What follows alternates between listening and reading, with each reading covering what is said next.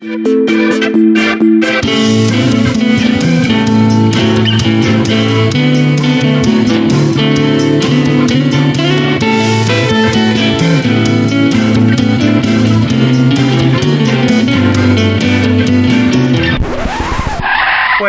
what is this shit? Not safe for f***ing worker placement podcast. I flipped the board. I despise that game. Oh, that sounds like... Oh, wait.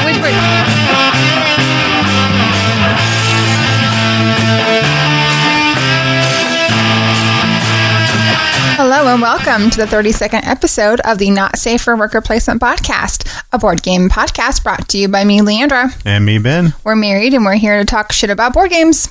That's right, babe. We are here to talk shit about the board games Whoop, whoop. and all things various and sundry under that umbrella, which this week is just a few games, but big games. So it is Mother's Day, we must mention. Yes. Happy Mother's Day to everyone. Yes, happy Mother's Day. And the one thing that I don't like to post a lot on like social media about Mother's Day and stuff because it's like all you ever see on people's timelines and shit. But one thing I think is good to remember is that like, not only your own mother, but like if you'll think back to your childhood, a lot of times, like even if you don't even have a good relationship with your own mother, or some people don't, it's like think about all the moms that have been in your life. Moms, plural. Like I remember all my friends' moms and stuff, and some were really great and some weren't really great. But it's just like think about that. Like moms mean a lot more than just for their kids. Like being a mom in like a neighborhood can be a thing. You know what I mean? Like you're the mom of you're such and such's mom, and it's like, yeah, his mom's awesome because they did, you know what I mean? Stuff like that. So if you think back to not only just your own mom, but all the moms that have influenced you and maybe taught you some things when you're spending time with your friends at their friend's house and all this. And so, even if you don't have a mom anymore or you didn't get along with your mom, I'm not saying that about me. I love my mom. But I was thinking today, there's a lot of other moms in my life. And the dads who also have to be moms. You know what I mean? That's what Father's Day is for. Well, I know, but like there's some dads who have to play both parts, and there's some moms who have to play both parts. So that's absolutely true. So anyway, happy Mother's Day. We're recording for the second time in a row on Mother's Day. Last year, we interviewed Jamie Stegmeyer of Stonemaier Games. Hey, we've got our first Jamie pop-up of the episode. What are we in? 10 seconds in? Yeah. Hey, we're doing good. He's been in every episode pretty much. But this year, we didn't actually interview them today, but earlier in the week, we got a chance to finally interview Ryan and Malorie Laukat from Red Raven Games, which they've been on our podcast bucket list for a long time. And finally, we were able to hook up with them. And so for this Mother's Day recording episode, we're going to feature that interview. I will say right up the top, since we do plugs and stuff and kind of get all this stuff out of the way at the top, the recording quality of the interview, unfortunately, I am not super happy with it. I have yet to do...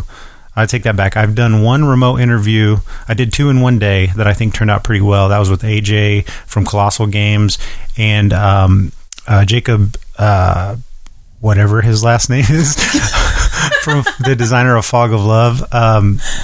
I cannot think of it off the top of my head right now. Well, it's like a big God bless you name. Oh, yeah, it is Jacob Jaskoff. Excuse me. I just couldn't pull it real quick. But yeah, I did that on the same night, and I had a setup that worked really well, and I think those came out well. But otherwise, I've had a lot of trouble with my software, hardware in and out, trying to figure out how to record Skype right.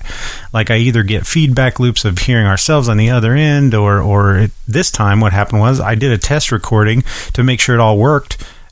From the iPad into our recording software, where the Skype was coming through the iPad. And I tested it with YouTube, and all the sound was coming through, and I had it all set up perfectly. And as soon as we started the Skype conversation, it took me about 10 minutes to realize that the sound wasn't even coming through the headphone jack on the iPad into the recording device. It was just coming out of the speaker. Like it was bypassing the microphone completely. And I was like, well, I don't have time to figure that out. I think it's a setting in Skype itself that I would have needed to change, which I didn't test that part.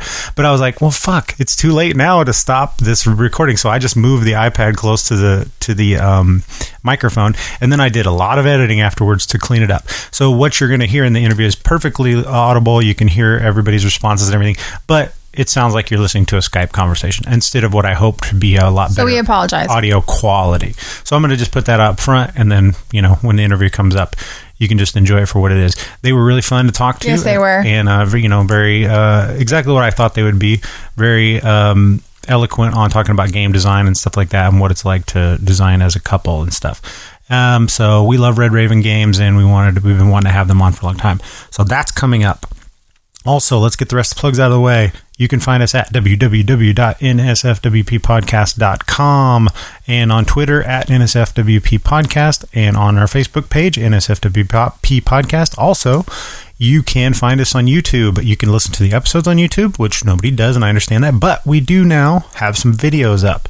We've got a how to play of Scofton, the canceled Kickstarter that was about a few months ago. That's coming back to Kickstarter. Oh, good. And I'm sure that you will be able to see our video in that Kickstarter campaign again, but also you can check it out right now so you can get a preview of that, how to play that game, because it's an amazing, awesome game that's coming back to Kickstarter with, they've retooled the campaign, and hopefully this time they'll get off to the start that they want to get off to. Then we also have a video for My Little Scythe, and just recently we put up our review video for Star Wars Outer Rim, so how to play and review video of that. It's a very comprehensive, mistake-filled video. No, I missed a couple of rules, but I think I put them in there. You can see exactly. I put on the screen, after I was done recording, I put some text for a couple of things that I missed. So check that out. We would like to say, hey, feel free to hit the subscribe button on there. Watch a video, hit a subscribe. We don't do that many videos, so you're not going to get spammed that often.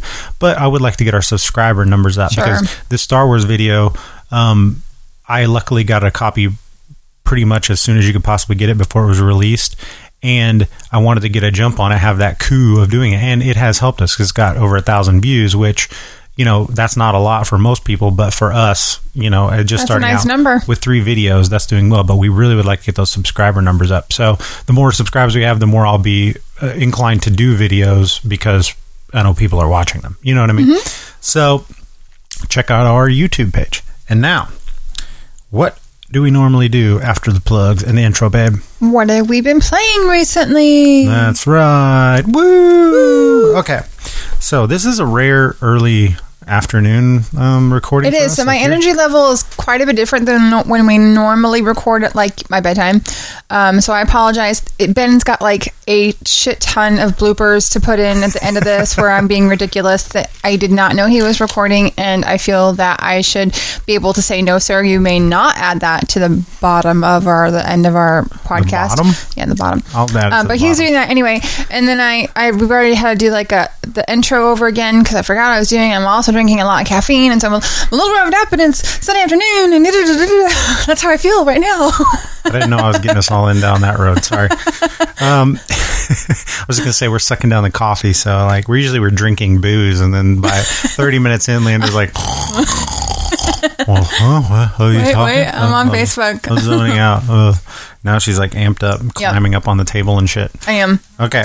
Well, I got really excited about the goat. Well, they'll hear all about the goat and the bloopers. Damn it. All right. You're not getting a goat, by the way.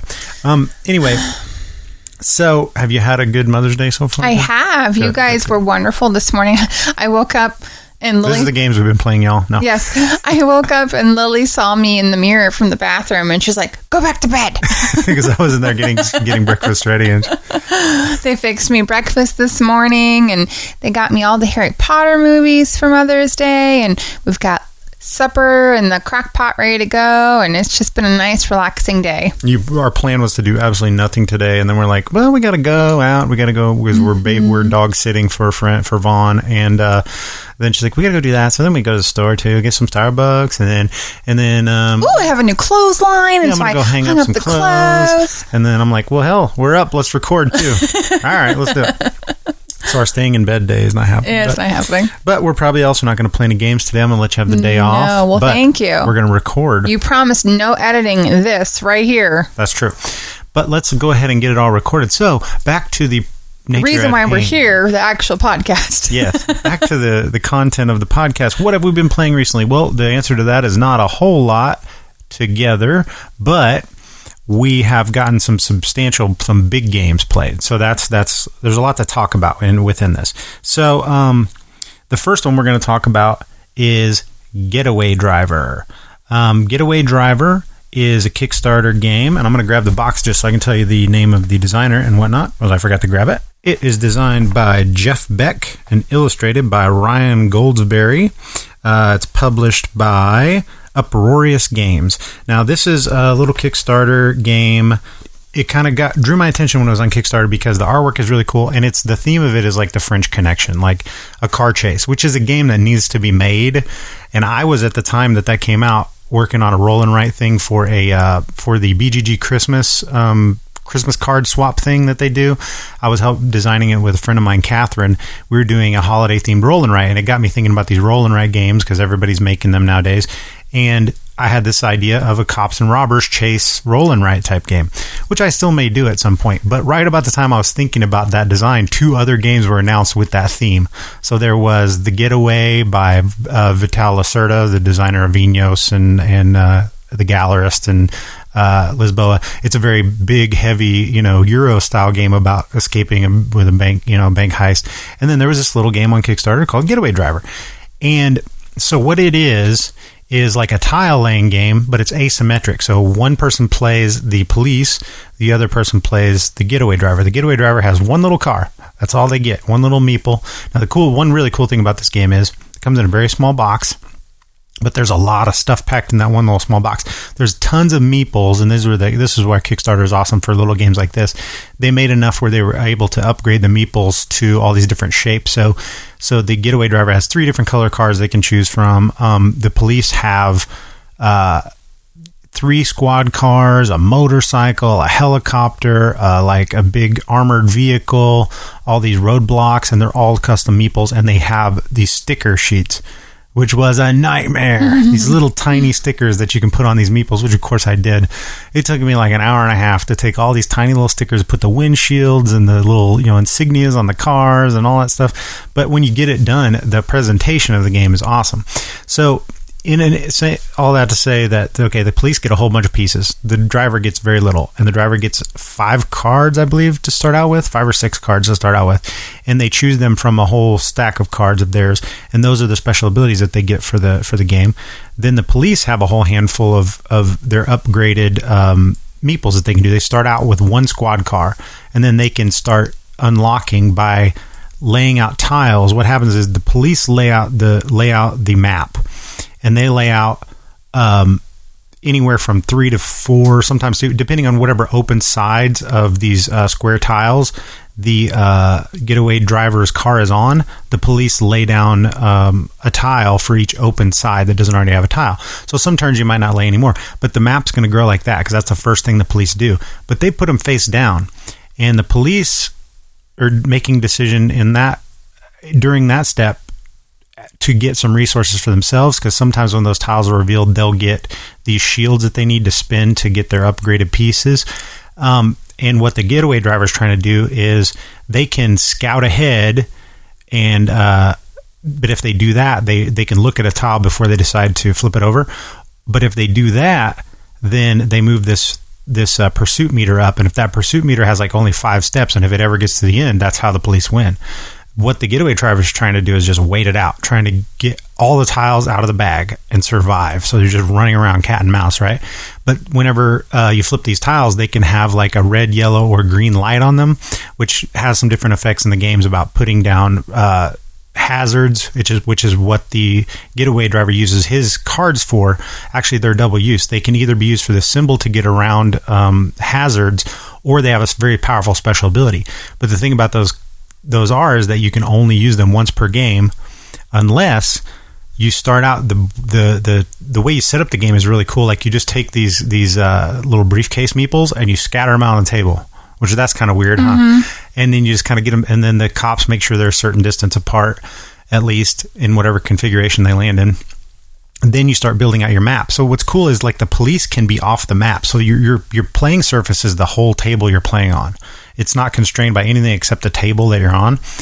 And so then the getaway driver is trying to move out on these tiles in a way that they can get to these briefcases, because that's how they can use their cards again. So normally their cards are one-time use, but if they get one of those briefcases, then they can spend it later on to use one of the cards that they've already used again. So you can reuse up to, like, I think 5 cards or something. There's 5 possible briefcases that you can get. So that's kind of the name of the game. Survive if you're the driver, capture them, and there's all kinds of rules for if as the police get closer. If you end your turn with the police on the same tile as you, they're in pursuit, and then that meter goes up. So if they do that 5 times, then they win the game. So what did you think about it? I was the police and you were the robbers. It was not a game that I was like, oh, I can't wait to play that again. Like it didn't really impress me too much. As the cops, I felt like, so, I was the one picking the tiles out of the bag. Obviously that's just luck. It's just luck of the draw of what you get. And so most of the ones that I got were all yellow and red lights. So I couldn't even go through them. So as the cop, if it's a yellow or red light, we can't go through them. So you could have gone through them, but I can't go through them. Well, the yellow is the reds you can't go through because they automatically get a hazard. The yellow, it's the driver's choice of whether to put a hazard token on. Yeah, and most of them you put hazards out. So if you put a hazard out, then the cops can't go through. So I found myself stuck a lot. Mm-hmm. I didn't get a whole lot of upgrades. I didn't get the tiles that really gave me a whole lot of those. And so I just kind of felt like all I was doing really is chasing you around. Which I know is the name of the game, but they have a helicopter and they have a motorcycle and they have all this extra fun stuff. I never got enough stuff to even be able to use any of that. So I felt like it was kind of Yeah, that being said, you won though. You know what I mean? You still caught me without all that stuff. You did get the motorcycle. But you even said you could have got rid of that motorcycle the first turn. Yeah, you didn't because you knew I'd cry. Well, yeah, so, I could have gotten rid of her motorcycle immediately since she got it. But I could have. But then one turn later, you got a card that was able to deny that because you had. Well, no, you'd had to have a shield to activate it. Yeah, it's there's a lot going on in the game. I think as a first play, I thought it was fun. It was a learning game. I think it's interesting, but I don't know that... It wasn't one that just made me say, ooh, let's play that again. It just wasn't. Yeah, I get that. I think it's interesting. I don't think it's worth, totally giving it a review, a final review after one play. I would like to try it again. And it kind of have to be into the theme, I think. And I'm not. Yeah, I think maybe you're everything, all your points are valid of what you said, but what I think both of us didn't realize is that we were about only halfway through the bag of tiles. I thought it was a really quick game, and it could be if you know all the rules, but it only took us about 35 minutes. It wasn't really long. The game would had I played it as a long-term strategy, the way I was doing things, then I would have done some things differently. I would have wiped you out because you would have had time because I had a long ways to go before I could possibly win. Yeah. My thing was I didn't want to wipe you out and then all of a sudden, the game's over and you're had nobody on the board and then I thought it would sour your feeling. But I don't think that would have happened. I could have wiped you guys out and you would have had time to build back up. And eventually the tiles that give you your resources, those badges, are going to come out. So you're going to get more of them. I felt yes, the cops have more cards and more things to do, but the robbers are able to wipe you out very fast. The robbers are able to get through the tiles where the cops can't. It just felt overpowered, even though the robbers have less options. But like I said, as the getaway car, you can only do that card that does that wipeout thing a maximum of 2 times in the game. So, and the game turned out to not be quite as short. Yeah. Wouldn't have been quite as short had we played it, had we known. Then I think that, they are very powerful, but the fact that they're limited in use could even it out, But it could definitely be, if you're the type of person who doesn't take that, which you're really not usually, then there's a lot of take that, because there's literally a card that's you just wait until the cops are all behind you. They could wait till every cop is behind you and then play this card and they all die. They're all removed. But that being said, once you know that card exists in the game, then like I told Lee, I showed her the card because we never played, and I was like, now you should know this happens, so you might not want to get a whole bunch of people pursuing me at once, because it doesn't matter if you've got 3 cop cars on my space at the end of the turn or 1, you still move that meter up 1 time. So it doesn't behoove you to get your cops all bunched up, because then once that card comes out, boom, they're all wiped out. So, once you know that, it becomes more strategic. Then it's just oh, this card came out of nowhere and killed all my guys. You know what I mean? But there is a lot of that in the game. I think it's a solid design. It's got a lot of little rules to remember, though, about the way that your cars have to be turned and how the pursuit actually happens and stuff like that. But in the rule book, is good, I think, but it lacks a lot of examples. It's this very fine print and like very close. The layout of it is just like dense in text because it's a really small, like maybe a 4x5 little booklet. So I don't know. I liked it. I thought that, I like everything, but I think the design itself is really good. I just think you have to kind of, if you're into that idea of the cops and robbers chase thing, then, if you've seen The Italian Job or anything that these old school 70s movies with, the cops and robbers chasing, that was a big thing in the 70s, Dukes of Hazzard, Italian Job, stuff like that. That was like the most exciting thing you could watch on TV was was a car chase. I don't really like take that games. I don't really like cops and robber things. So, the whole thing for me was like, Yep, meh. I get it. Well, that's Getaway Driver from Uproarious Games. Kind of a thumbs up for me. Want to try it again. Leandra, not so much. So that was the first thing we played. And there's some Kickstarters coming in now, so hopefully we'll be getting some more stuff to talk about Kickstarter-wise soon. The next one on our list, this is a biggie, Star Wars Outer Rim. Mm-hmm. So, by Fantasy Flight Games, designed by Corey Konecka and Tony Fancini. Corey Konecka has designed lots of great games for Fantasy Flight, and I always am excited to see one of his things. He's like the Ameritrash kind of king for Fantasy Flight.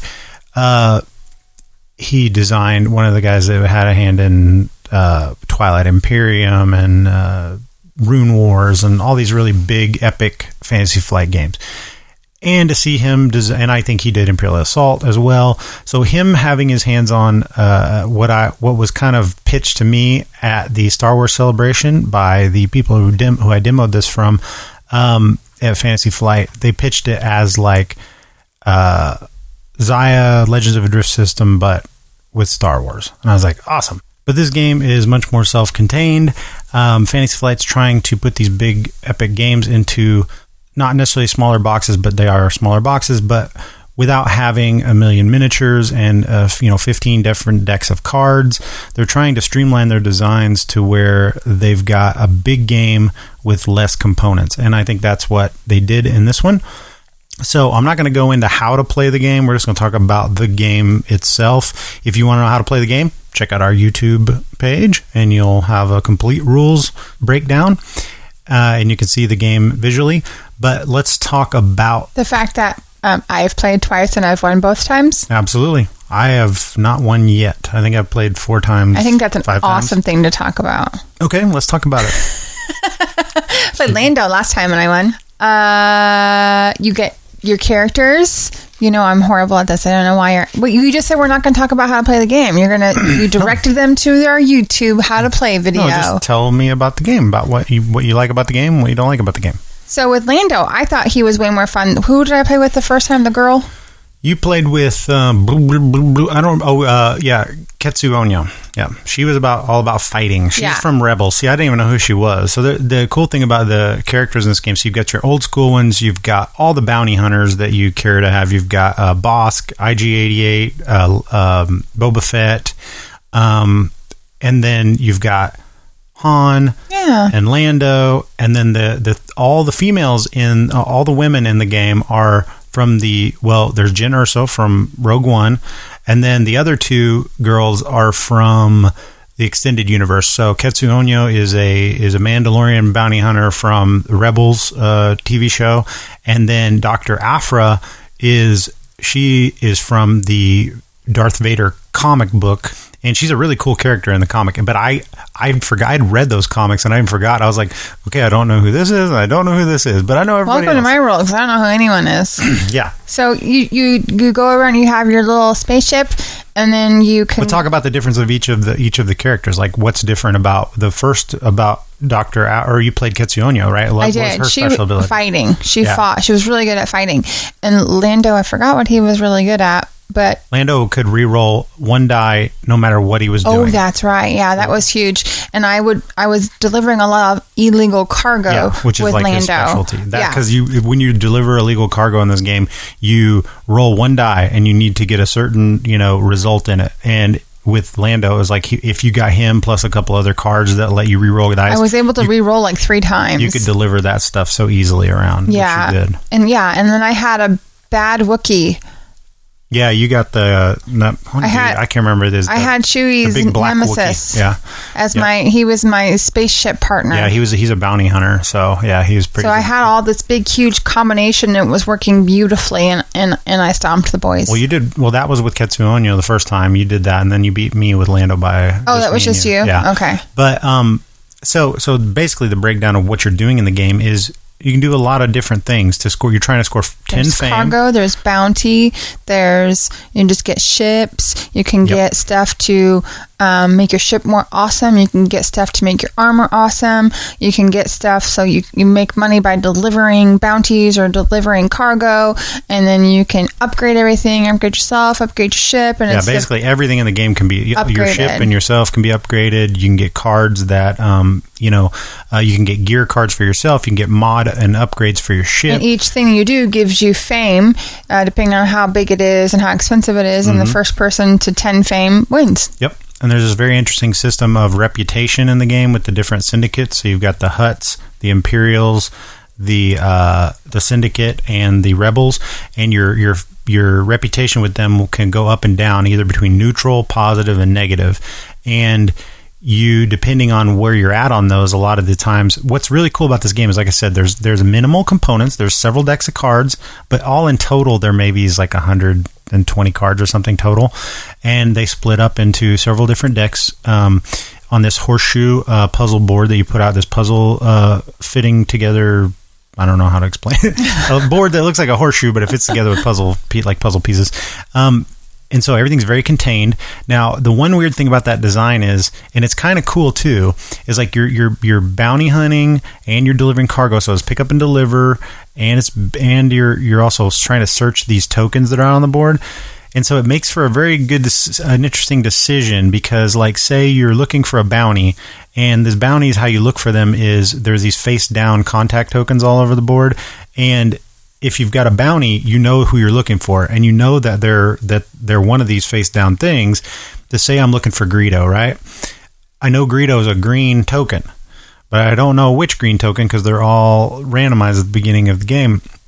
So let's say I'm in the middle of the board, or I'm a quarter of the way around the horseshoe board, and I see that there's a green token way back here on the left hand side. I have to make a decision of, okay, well, Greedo needs to be delivered way over here on the right hand side to let's just say Mon Calamari, even though I think it's on the left. But let's just say he needs to be delivered to Mon Calamari. But if I go to the closest green token and start searching and then heading towards Mon Calamari, hoping it's one of these green ones in between, well, if it isn't, then I'm going to have to backtrack and go all the way to the other side of the board. So if you're bounty hunting, you kind of have to start at one side and work your way around, or wait. Several times we've just given up on a bounty because it's like we just feel like it has to be that one on the whole other side, and I'm wasting all of my turns, and you only can keep 2 bounties at a time. So, if you're close and you've already flipped one over and then a card's drawn and it's that one, you're like, I'm going to toss this guy. I don't know, he's on the other side, and you grab him, and then so you kind of have to play it that way too, and not just be stuck on, well, I have this card, I'm going to finish it. Yeah, you can't have that mindset. You can always replace a card, which is good. So that's one thing I like about the design, is like once you get it, you're not stuck with it. But it is kind of annoying because I always, for some reason, go heavy bounties and watch everybody else deliver all this cargo for fame and stuff. Now that they start paying off towards the end of the game, whenever those tokens start getting flipped over. Yeah, because then you can see where everyone's at. Yeah, because if it's not the person you're looking for, and you can then encounter them. So the cool thing is everything has like 2 options. Everything in the game has more than one. You were Han and you had Chewie last time. Well, I was Han. I had Chewie and the Millennium Falcon, and I still lost 12-4. No, that was our last game. But the very last game I played of it was a 3-player game. I taught 2 new people how to play it. Summer was extremely excited because Summer from the Banana podcast, she is a giant Star Wars nerd like me, right? So she was very excited to play this game. And we got another guy in who is a big sci-fi guy, but not a Star Wars guy. But he was willing to try it out, right? He's not really a Star Wars guy. He's like a Dune and Battlestar Galactica and Serenity and Firefly guy. Knows Star Wars, but not well. So he was kind of like, I don't know all these, kind of like he was like, I don't know. I know the Star Wars, but I don't know all these characters, But he's a big fan of Twilight Imperium. So there's some rub off things of Twilight Imperium in this game, very light versions of it. But so we played that, and Summer was running away with it. She was Dr. Aphra, who can you basically are going to either do combat or tests with dice in this game. And, you're going to roll a certain amount of dice based on your stats in those areas and the abilities that you have. Well, Aphra is the one that Vaughn played with, where you can choose to have an ability every time that you don't have once per turn. So she's very good at doing tests, because even if you don't have the cards that give you the abilities that, are going to give you boosts on those tests, she can just pretend that she does. So she had that with something else that let her, one of the crew members that you can get is just like hired help. They're the cheapest ones. It costs 1,000 credits, and they'll let you have another ability of any kind you want. So with that, she played the first half of the game without losing any test.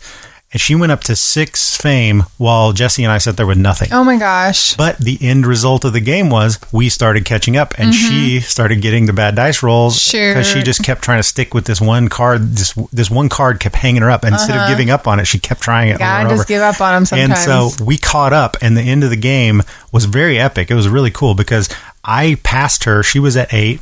Jesse was at 8. I was at 7. I got 2 fame on my turn. I was at 9. So I just needed one more turn to get some kind of fame to win, but she was going before me, and she had a card that if she attacked me and won a battle against someone that had negative reputation, which was me, that she would get 2 fame and win. So she leapfrogged me, beat me at a battle. So we had this big ship battle back and forth where we were, rolling dice, using our abilities and whatnot.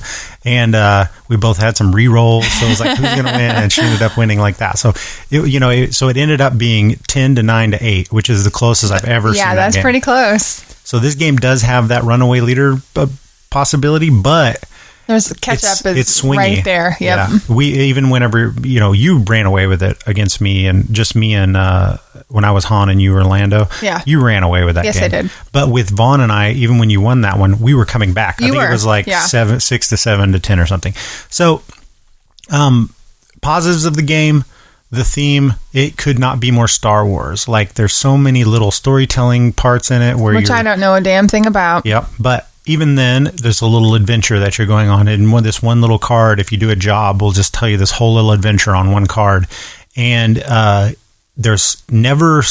never have nothing to do on your turn. Sometimes it may not be exactly what you want to do. Yeah. But you always got to have something to work towards.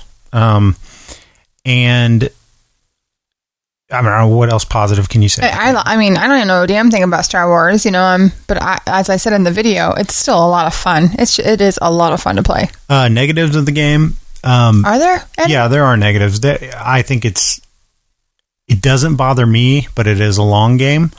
And if you have... Well, it's a long game if you suck. Like if you don't get any fame, sure, but no, I mean it's a long game time wise. It's going to take 2.5, 3 hours at the least. Really? Oh yeah, every time. You were the one saying how long it was. Every time we play it, it's a long. We did play it for like 2 hours. It's at minimum, even with 2 players, you're in for 2 hours. Oh, it did take. And 2 hours. I honestly think it's about an hour per player. So if you're going to play with 4 players, not only is it going to be a 3.5, 4 hour game, which again, that's 3.5, 4 hours of complete Star Wars interaction. I'm fine with it. But you're in for a long haul, and it's not a completely strategic game. There's a lot of randomness in this game. A lot of randomness. There's a lot of dice rolling. There's stuff you can do to mitigate it, but until you start getting the stuff to mitigate it, a lot of the beginning of the game is just some random dice rolls. And it's very swingy like that. So somebody could get way out ahead and you never catch them. Or somebody could get way ahead and then stall out, and then that's not fun for them when they stall out for half the game either, But if you keep it in that vein of it's an adventure more than it is a strategy game, you're going to have fun with it. So those are the negatives. I think it can be a long game. Oh, the other thing, as part of that being a long game, the more players you have, the longer the time between your turns. Like you can be sitting there for quite a while doing nothing while the other person, does their actions, So because once you do these jobs and stuff, not only are you're moving and then they're buying, which sometimes that market action can take a while because people are cycling through the deck and deciding what they're going to buy and all that. and upgrading their ship, and that all takes time. But then if they do that and then they do a job at the end of their thing, that could take another 3, 4, 5 minutes on their turn by trying to go through all these 5 steps of this job. So you could be, and if you've got 3 people in front of you before it's your turn, it could be a good 10 minutes between turns. So that's the downside to some people. Doesn't bother me because I'm into what's happening with the other people, So I really like it. It is random and Ameritrashy, so if you don't like those kind of games, you probably won't like it at all. But and if you're not a Star Wars fan, I don't know that there's you're not a huge Star Wars fan. I'm not at all. But once I forced you to play, I didn't force you to play it, but once you've played it, you like the mechanisms enough. But I don't know if you're not a Star Wars fan at all. I don't know that there's a lot of reason for you to go for this game. You know what I mean? There's probably other games that you would like better than this. Yeah. Probably. It's not going to bring anybody around to the Star Wars because it's got a lot of obscure references. But you don't have to know Star Wars in order to like it, because obviously I don't. But it's so fun. But it's weird because you don't really care about Star Wars. You don't dislike Star Wars. I don't dislike it. But you don't really care about it, and you don't really care about space themes. Actually, you say a lot of times that's your least favorite thing. It really is. But I think this game has enough going to keep you involved. Involved in the I like the bounty hunter part and the cargo part. I like all that part. Pick up and deliver. See, and that's something we haven't played a lot of games like that, and I think that's a kind of game that I always have wanted to try. You know what I think you should do? Pick up and deliver, keeping that theme in mind. Mm-hmm. We need a Downton Abbey pick up and deliver, because think about it. The whole bottom of Downton is the servants, and they are the ones that do all of the food and all of the tea and all of the cooking and all of the dressing and all of this.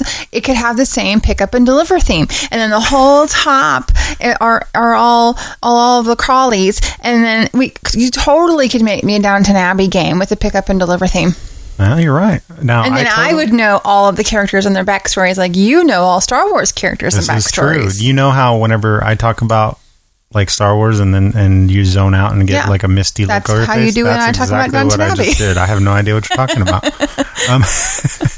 All right. So to that vein, about being able to enjoy this awesome game without knowing the references and the characters, I have devised a little segment here that we're going to do. I wrote a little comedy routine. Actually, there's just a series of unconnected jokes, but you won't find these online because I wrote them by myself. So blame me if they're sucky. But I want to see if just how unfunny these jokes are to you because they're like I don't know deep Star Wars references. So you tell me if you understand any of these jokes I've tried to. This is going to be interesting. All right, so if you're a Star Wars fan, you might chuckle at these. Let's see how my delivery goes.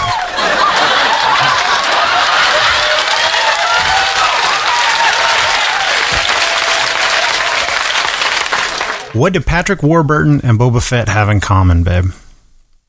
What? One famously died in the pit of Carcoon, and one plays the tick and yells, "Spoon!"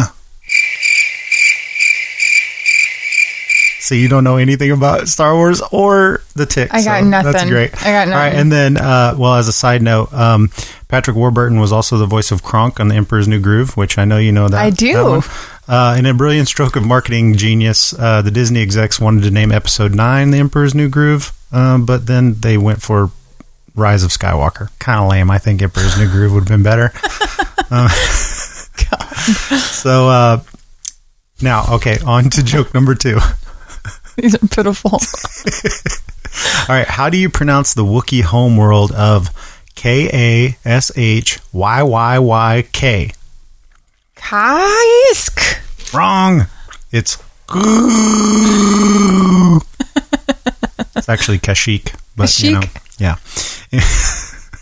All right, so 2 for 2. All right, now we all know that Han shot first.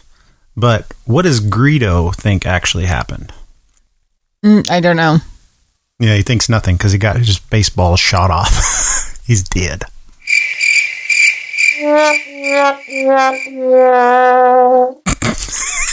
Silence. I love it. Do you get any of that? Do you have any idea what I'm talking about? I have no fucking clue, dude. Awesome. Okay.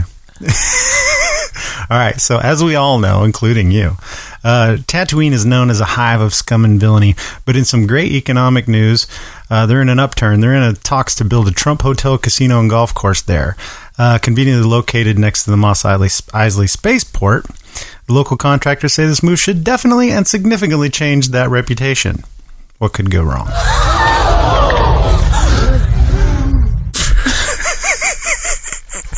I'm glad you're loving your own joke.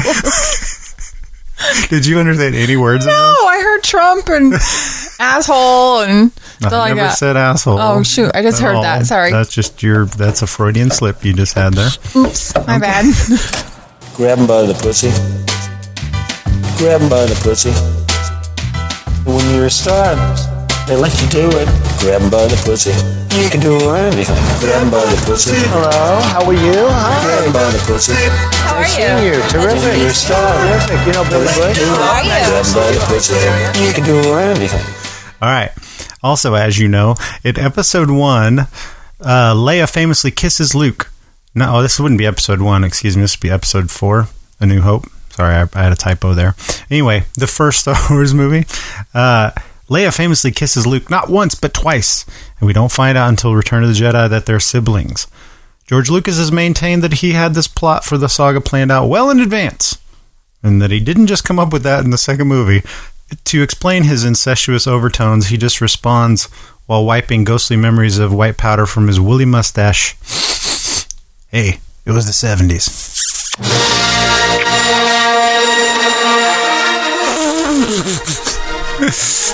Nothing. I get nothing. Did you get any of that? Well, Anyway. yeah, okay. All right.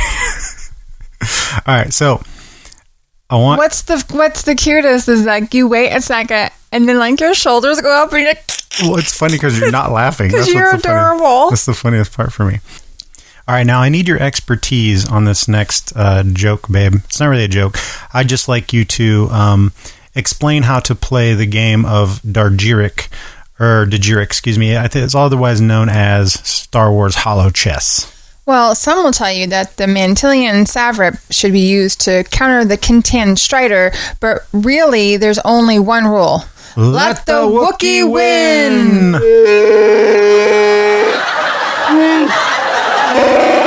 All right, good job, babe. All right, so that'll probably get the biggest laugh from the crowd of it.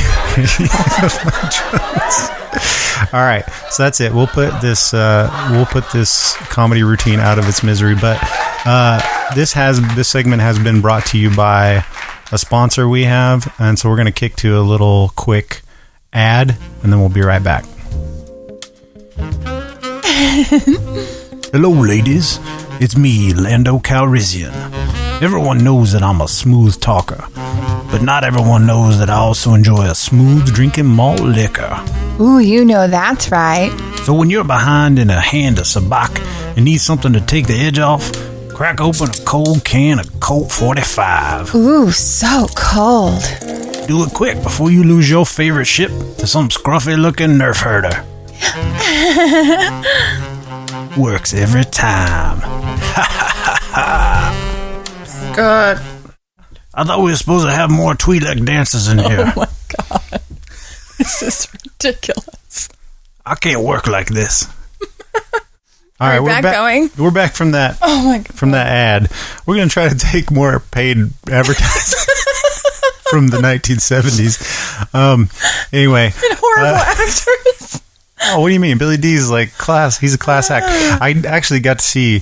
Okay, on a sad note, we should probably do this like at the end or something like they usually do. But we're going to dedicate this stupid ass episode to Peter Mayhew, who just passed away. Actor that played Chewbacca. He was one of my favorite all-time Star Wars characters. So while we're talking Star Wars, we should say that. And it's just a coincidence. But I was at the Star Wars celebration, and I'll talk more about that in IRL. But I got to I actually saw because a buddy of mine was a presenter there. I was able to have like a sort of backstage pass type thing where I could walk around the outside corridor, which was off limits to the rest of them, and there was a secret bathroom back there that I was told about, so I would go back to the secret bathroom, which didn't have a line. And 2 times that I went to the secret bathroom, one time I passed Peter Mayhew, and got to see him. And then the second time, I passed Billy D. Williams, both of them in wheelchairs, which is sad to me. So, but just be thankful that this movie is coming out. Kind of, they got Billy D in because, you know, he's not looking great either. So, you know, and we'd like to kind of dedicate this episode to Peter Mayhew because he's like one of my all-time favorites. So, on to... No, I'm crying. No, I'm kidding. On to last game we're going to talk about. This is another big one. This is... Lord of the Rings. Journeys in Middle-earth. Okay, so we've talked a lot on this episode, or on this podcast, in the past about Mansions of Madness 2nd Edition, right? One of your all-time favorite games. It is. One of my all-time favorite games. The app integration on that game set the standard. So it's another Fantasy Flight game. They are kind of at the head of the class for app integration in games, right? Especially in these big epic, you know, character-driven games and narrative-driven games. So Mansions of Madness is a different theme than the Lord of the Rings, obviously. It has different mechanics, but if you have played it and used that app, the way that it builds out maps and stuff and adds tokens on the board and whatnot. This game is very similar. It has the same vibe, just a different theme. Yep. And really totally different mechanics, but the app works almost exactly the same. I'd say that's great because that's one thing that I didn't see in the Imperial Assault app that they did. It had this, you know, I think it was supposed to have the same type of integration, but it was much more complicated and not as easy to navigate and stuff. This one's very simple. Like basically, because it's a Fantasy Flight game, there are a million keywords, so you do need the rule book to look up what all these keywords mean. But that's actually really easy to do because they're all in alphabetical order and everything. But as far as playing the game, you really don't even need the rule book hardly. I'd say maybe it's a little steeper learning curve than Mansions of Madness because Mansions of Madness really does hold your hand throughout the first time you play it, as far as telling you exactly what to do here and there. But this one kind of more just like lets you go in the world.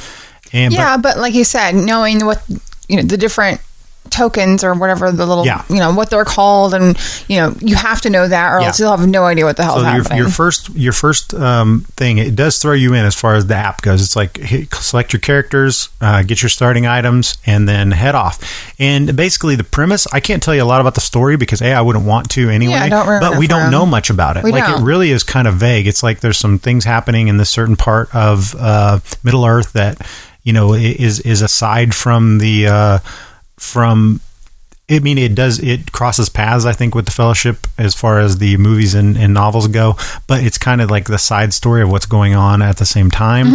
And it does feature some of the characters, like Aragorn is in there. I'm playing Aragorn. You're playing a new character that I don't think is from the extended universe or anything, but you're playing the Ranger. I can't even remember what their classes are called. But I'm about as familiar with this as I am with Star Wars. I'm just playing a game. True. But I'm talking about your character themselves. Like, so you pick your character, and then they have a suggested like class that they can play. Mine was like a leader, I think. And so we took our suggested classes, and yours was like a Pathfinder. Yeah. So I really wanted to be the musician because I want to be a bard, but then I also want to be Aragorn. So I took a suggested thing. But what I hear from watching reviews and stuff of this game is that later on you can do it almost like multi-classing in RPGs, where you can not stick with your same path. You can take some cards and stuff from other classes. So like I may be able to, you know, Aragorn might learn to play the lute later on, you know what I mean? Depending on what items we get and stuff and how you want to go with it. But basically this is like a GM-less RPG. So basically the game is handling all the enemies' movement and stuff and telling the story, and you are playing your character and upgrading throughout it. What's interesting about this game, I think, is the ease of getting into it. Like I said, it just throws you in and you're building a map immediately. You don't really have to learn how to play before you play. You just kind of, you know, because it's cards, you know, you have your deck. Yeah, you have your deck, so you play with your deck. Like, so, and then the app tells you what new maps you're putting out. out where you're putting all your, your exploration tokens, and you don't have to learn how to play before you start. Yeah, it's like the epitome of learn as you go, because you'll encounter something that you're like, I don't know what that means, so let me look this up. Yep. And the beauty of what Fantasy Flight has done this enough to where they've got this glossary book that's just like every single thing you could ever ask It's in alphabetical order. So we never once was like, what does that mean? And we couldn't find it. It was like, boom, there it is. Okay, that's what that means. I will say, player tip, the map pieces, put them in numerical order. They are double-sided. So just FYI, because we were looking for something, I was like, where the hell is it? Oh, yeah, that was the biggest thing of the game. Lee's like, we're missing tiles. I'm like, oh, they're double-sided. Oh, they're double-sided. So once I put them in numerical order, I knew that they were double-sided. It was way easier to navigate. Yep, really easy to get when you add new tiles out. Because you add like 3 at a time. A lot of times, yeah. Yeah. So I really like that aspect of it. I think it's very, very streamlined. Again, not a whole hell of a lot of components. Now, there are a bunch of miniatures in this, which is cool. I'm glad they did that. We were talking about that with Star Wars. There were no miniatures in there, but hey, I put miniatures in my copy of Star Wars. I found all the ones. I even got some 3D printed for the girls that I was talking about, that they had none of those. There was no Jyn Erso. I couldn't believe there was no Jyn Erso miniatures available, but there weren't. There was definitely no Ketsu Onyo or Dr. Afra, but there are on Shapeways. So if you want any of those miniatures, you can get them. Luckily, Fantasy Flight for Lord of the Rings, we're like, nope, we're gonna completely, it's $100 game. So I'm glad it does have miniatures in it. So you've got a miniature for all these different, all the different enemies and all the different heroes. This game is set up as rife for expansions. I mean, it's going to go the way of Mansions of Madness, where there's an expansion every few months, which is good because there's not that much in this box, but there's enough in this box to keep you going for quite a while. I've heard people playing this base box for the whole campaign. The first campaign takes like 10, 12 games, depending on the branching paths. Nice. And a lot of people don't win. That's another thing. Like, okay, so our first one was basically just to, some stuff was being stolen from this town, and some actual like important box was stolen, and we needed to go find it, right? And I'm not going to get into the specifics of that. Basically, we had to roust out some bandits, right? And I was thinking, this game works off of a threat level thing. So at the end of every turn, the bad guys are going to move and stuff. Each player takes 2 actions, and then the bad guys take their phase, and it's going to make any bad guys that are still alive on their move, plus it's going to add a threat level based on the number of unexplored tiles that you have on the board that have been placed out, plus 2 for each player. So in a 2-player game, you're going to get automatic 4, then however many, 2 more for each tile that's unexplored. So if you leave the map unexplored, that threat level is going to go up really fast. The problem with that is each tile has multiple things that you can explore. So you have to choose of either being super thorough and looking at every token that goes out on the board. And if you fail one of the like tests or something, so you have to do it twice, you know what I mean? You have to decide, is it worth me doing it twice or just abandoning that? Let it be known that Ben was a complete wussy and ran. The bad guys are coming out. He's like, oh shit, I'm almost dead. And he left me there with the bad guys. Because I would have died. You did die. No, I didn't die. I never did die. I mean, we know you don't die. You just start all over. Like, but I never did. I thought you did. No, I got down to one where I could take one thing, and I found something that I was able to heal myself from. Remember? Well, I'm glad you were able to heal yourself, honey, because you left me stranded with bad guys. You didn't die. Did you die? But did you die? You didn't die. But what happened was, so let's talk a little bit about the mechanics of it. So what you're doing is, what I think is really interesting, there are no dice in this game. Nope. There is randomness in the fact that you're building, so you start out your character with a certain deck of cards. Everybody gets the same 5 basic cards. Then depending on the class that you choose, you get, I think, 3 more cards out of that. And then you get a weakness card. So you draw this random weakness. And all the weakness cards is just clutter in your deck. So let's think about deck builders. It's like a thing that once you have it in there, it's not going to help you nor really hurt you. It's just not going to help you. And each turn, you're going to test an ability, and each ability that you have has a number beside it based on your character, and you flip that many cards off of your pile.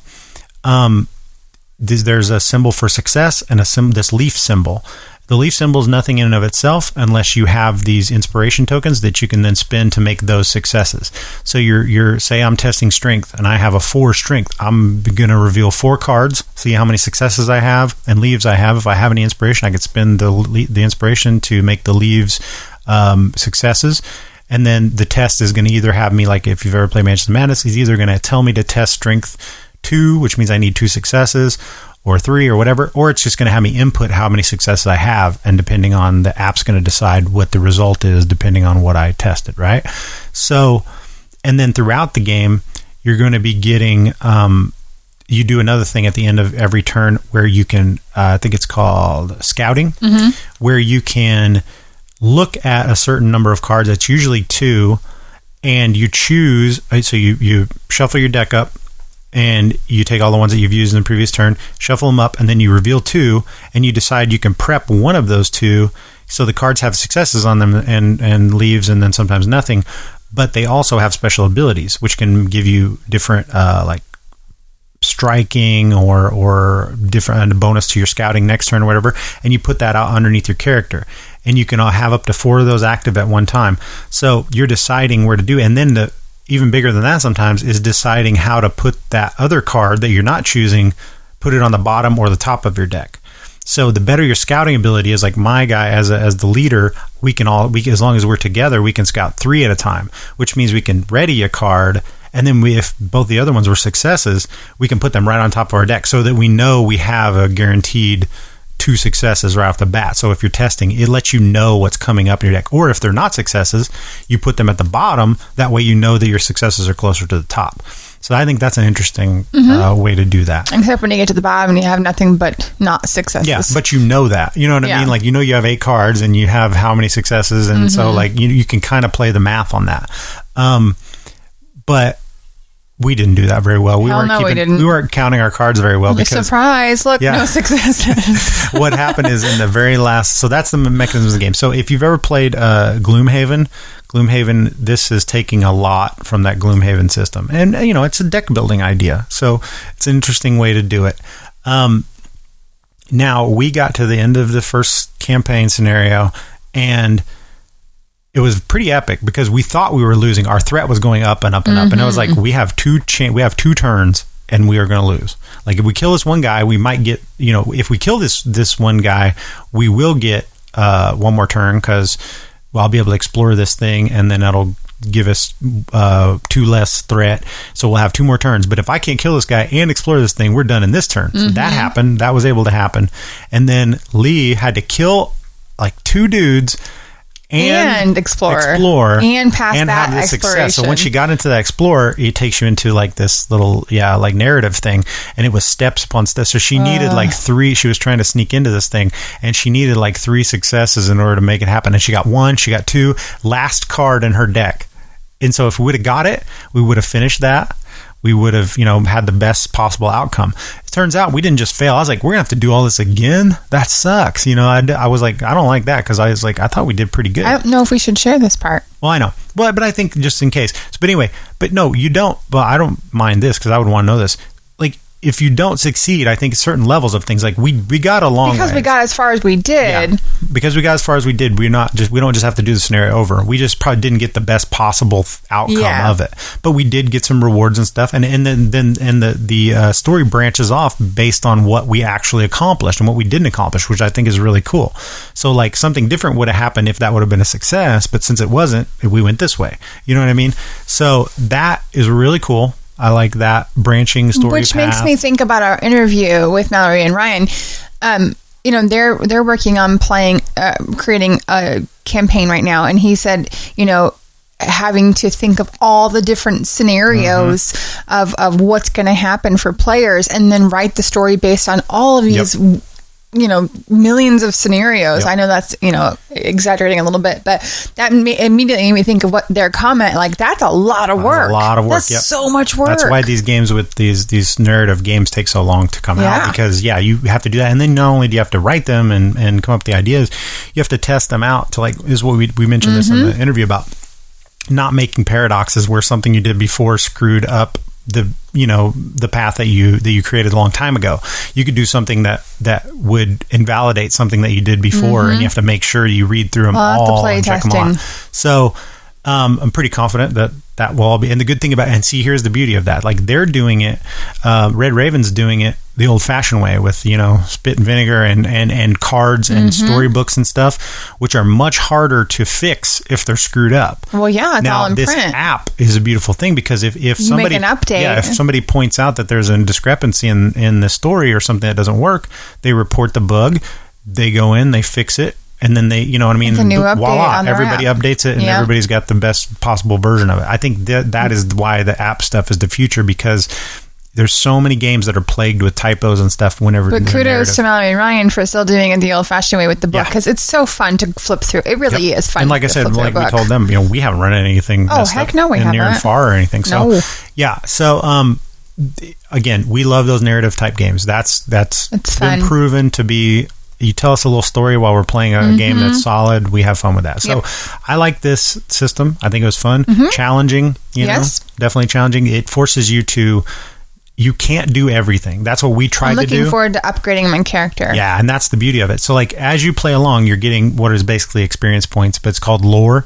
And it's a big, instead of each person getting their individual lore, you get a party pool of lore. And then at the end of each like starting item that you have and stuff has a number at the bottom of it, and that's how much lore you need to upgrade it to its better thing. And you're going to find items along the way that can then be upgraded and stuff. So like our lowest one is like 20, I think. So, and I think we only have like 9 lore. So we're a ways away from even being able to upgrade anything. But as you go along, and then you've got to pick and choose who gets the upgrade, and what happens. So I think that's really cool. And I'm assuming, so you're just going to be adding to this deck and probably removing stuff from your deck if you want to upgrade your cards.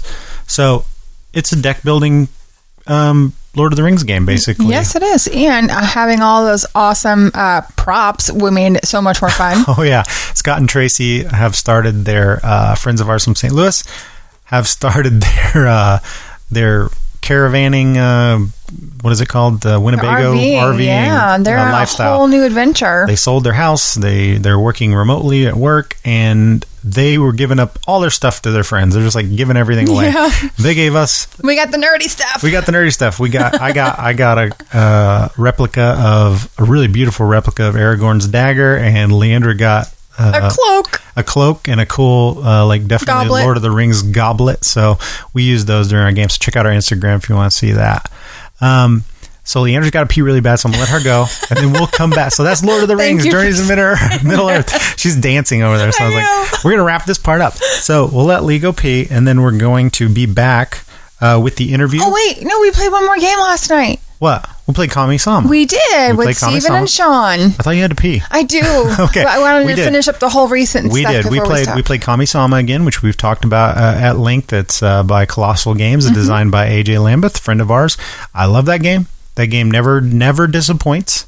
I won finally for the first time. Well, that's because he tried to take all my tokens, and I told him, that's fine, I'm never going to hand you the cards again, and so I didn't for the rest of the game. I handed them to everyone else except Ben. Yeah, Leander kept having the tiebreakers on all the stuff, and so like if it was up to me getting a card choice, she would have given me last, which then I just was like, okay, no more tiebreakers for Leander, so I just kept kicking her out of that spot so that she wouldn't have that power over me.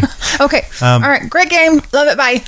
Okay, yeah. So that's it for our recently plays. If you get the thing about Kami-sama is that I don't know what's taking so long for it to come out with a general release, because it followed really closely on the heels of Western Legends, which is out and everybody can buy it. I need to try to find out, ask AJ why you can't get Kami-sama widely yet, because it's such a good game and I want to see more people play it, because right now the only people that have it are the people that kickstarted it, and I know a bunch of people that are interested in trying it that can't get a copy of it yet. So hopefully that'll be coming out in a wide release pretty soon, so keep your eyes open for that, because it is a really, really cool area control game. So now we're going to move on to our interview with Ryan and Malorie Laukat of Red Raven Games and talk to them all about their past games, Above and Below, Near and Far, Islebound, and what's coming up in the future for Red Raven. So Stick around, and then we'll be back after that with the Meeple of Madness Music Minute. All right, and we're here, babe, with Malorie and Ryan Laukat from Red Raven Games, as I probably already just said in the lead into this interview. But this interview was a long time coming because, for one thing, I'm bad at scheduling. And you're very bad at scheduling. He thought that the mountain time was East Coast time. He's like, oh, so they're an hour ahead. No, honey, they're an hour behind us. All right. Yeah, sorry about that time zone mix-up. No, that's my fault. It's his fault. Everybody has blind spots, right? Okay, so like my whole life, I've never understood time zones. I still don't. Tonight, I looked it up. I watched like Leandra explained it to me, and I was like, this doesn't make sense to me. Like in the East Coast, the sun rises in the east, right? They should be earlier than us because they got. She's like, that's not how planets work, and that's not how. This is coming from the man who talks to me about black holes and. I'm a bit. That's the trip up. It's that he's thinking about it so much. Like most of us just Google and say, "What time is it?" Yeah, exactly. Yes, that's it. We don't think about it. I should have done that, but I was like, nah. But yeah, they're just an hour behind us, right? No, not really. No. So anyway, thanks for bearing with us in this scheduling thing, and so say hi to everybody, Malorie and Ryan from Red Raven Games. Hey, how's it going? Hello. And they can't answer you because this is a one-way medium. But we'll say hi. And we're very glad to have you guys on. Whenever we started our podcast a little over a year ago, we had 3 designers that we really, really were on top of our list. That if we were going to do interviews, we want to have people that we really enjoy their stuff. And that was those top 3 designers were Jamie Stegmeyer and Jerry Hawthorne and Ryan Laukat at the time. And so... Wow, thank you. Finally, we were able to get you guys on. And so am I pronouncing your name correctly? You guys' name Laukat? Yes, that's right. Okay. It's kind of weird. It's a weird spelling, but you just think about the necklace. All right. Absolutely. Because that's what I tell people. I have definitely pronounced it wrong on this show from the beginning very many times. I've probably Have you done it? pronounced it in many different ways. I think Laukat and lots of different ways. But we have a... Well, technically, it is a German name, so that is probably the right. Oh, okay. Hey, what do you know? Hey, good job, babe. We have a weird last name too. Our last name is Ennis, and it's spelled E-N-N-E-S. So like, it's like one of those things where whenever you get like a telephone call from someone you don't know, like it's always anytime it's a Ines. It's a salesperson or whatever. It's always like anything other than right. And if somebody gets it right, you're almost like, I'll buy whatever you have. I don't care. Like, what are you selling? I'll buy it. And then with my first name is Leandra, and then they can't do that. And then either. my last name is Ennis. Oh, my Lanta. It's ridiculous. There's no hope. So well, we chatted about what the right pronunciation was before we started this, and we both guessed. And did you get it right? Did you get it right? Awesome. Well, you're one of the few. Yes, very. So we would buy whatever you're selling, which that leads us into Red Raven Games. We are. What do you know? We're already buying. We're already buying what you guys are selling. So we got a few questions worked out. We kind of just play it loose here, but basically, like we talked about before the interview, we want to get into a little bit of what it's like as a couple running a publishing company in the board game industry. Now, were you guys married whenever you started Red Raven Games, Ryan, or was that a thing that came afterward? Yeah, we had been married for, I think, we started in 2011. So we had been married about for, 3 or 4 years. Oh, okay. And, yep. So was Malorie, were you into the design process from the get-go, playtesting Empires of the Void and all that right off the bat? I was playtesting right off the bat, for sure, but how involved I was in the process kind of just evolved out of how well it helped us to be able to, Ryan needed to talk with someone about the ideas, and then it just kind of grew into something bigger from that. I had been playing, I had been designing games for years. There's the answer. Before we started Red Raven Games. And, Malorie was #1 playtester for all those years too. So. Yeah, absolutely, and it helps if someone. That's one thing we were talking about here. That was interesting to have you guys on because I'm a fledgling designer, and Leandra is of course my #1 playtester, and so we talk about from the get-go, I'm like, this is not just my game, this is your game, because this game has changed from the idea that I had with the input and feedback that I get from you as like the number one playtester. Your name might as well be on the design because you have helped that much in the game, So was that a thing early on? Because I know now with Megaland, Malorie's name is on the box, so she is a designer. Was that her idea for that game, or did that come about of the one of those things of like she's just done so much in those designs that it's time to start putting her name on the boxes? How do you guys feel about that aspect? So a lot of times we're really bad at remembering like which ideas I have that Ryan takes. Mm-hmm. So a lot of times we just roll that into the development credit. That was a credit that I started having a couple of years back, where I, was listed not just as a play tester but a developer. But with Megaland, we went through so many iterations, and a lot of those iterations were my ideas. Not just let's change this mechanic in this way, but like actual ideas for the core of the game. And I think that's where that dual credit came from. We kind of realized that we had both come up with the concept of the game, not just me helping him fine-tune what he had already conceptualized. Right. So when you guys got together, Malorie, were you into games on your own, or was that just something that you evolved in after meeting Ryan? I would say the thing that evolved the most was my sportsmanship in games. Like, I was into board games, but definitely not strategy games. Like, not our beloved, Euro and strategy and American style games that we play now. But my family was really into games, and when Ryan introduced me to this kind, I was very competitive and very disappointed when I lost, which was all the time. So I think I definitely evolved into enough of an appreciation of the games that I can now enjoy losing and winning and learning and getting better and honing my skills. And I've become a true gamer, I think, whereas before I just played. That's awesome. So one of my favorite games, and I've mentioned it on the podcast, is Near and Far. Like, I love that game. I love that.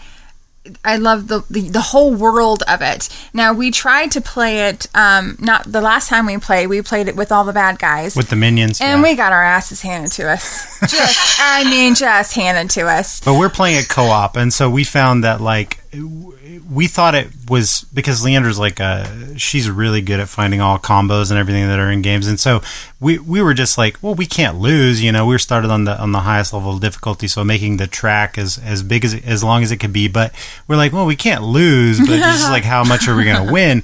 But we added those minions in, and she was like, nah, I don't like that. Nope. That's too hard. No, we don't want to try that at all. So that whole aspect of that universe, like, that goes in with Above and Below and Near and Far, like, where did that come from? How did that inspire? Like, where did it come from? Well, before we started Red Raven, for years I had been sort of writing stories, and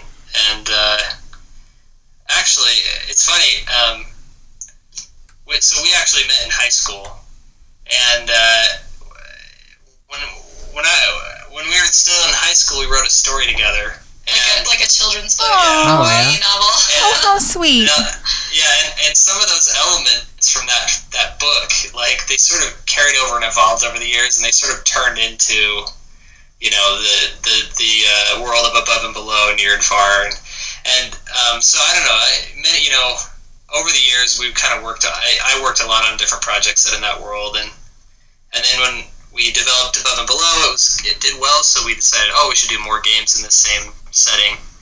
And actually, technically, before that, City of Iron was really the first game that was in that world. That's what I was kind of wondering. Like, so technically now, City of Iron with second edition, and your Empires of the Void 2, and all these games, and Rome, I know that just finished its Kickstarter. Like, those games, they could all technically, even because of the space setting, Empires of the Void could technically take place in the same universe as all of these games. So right.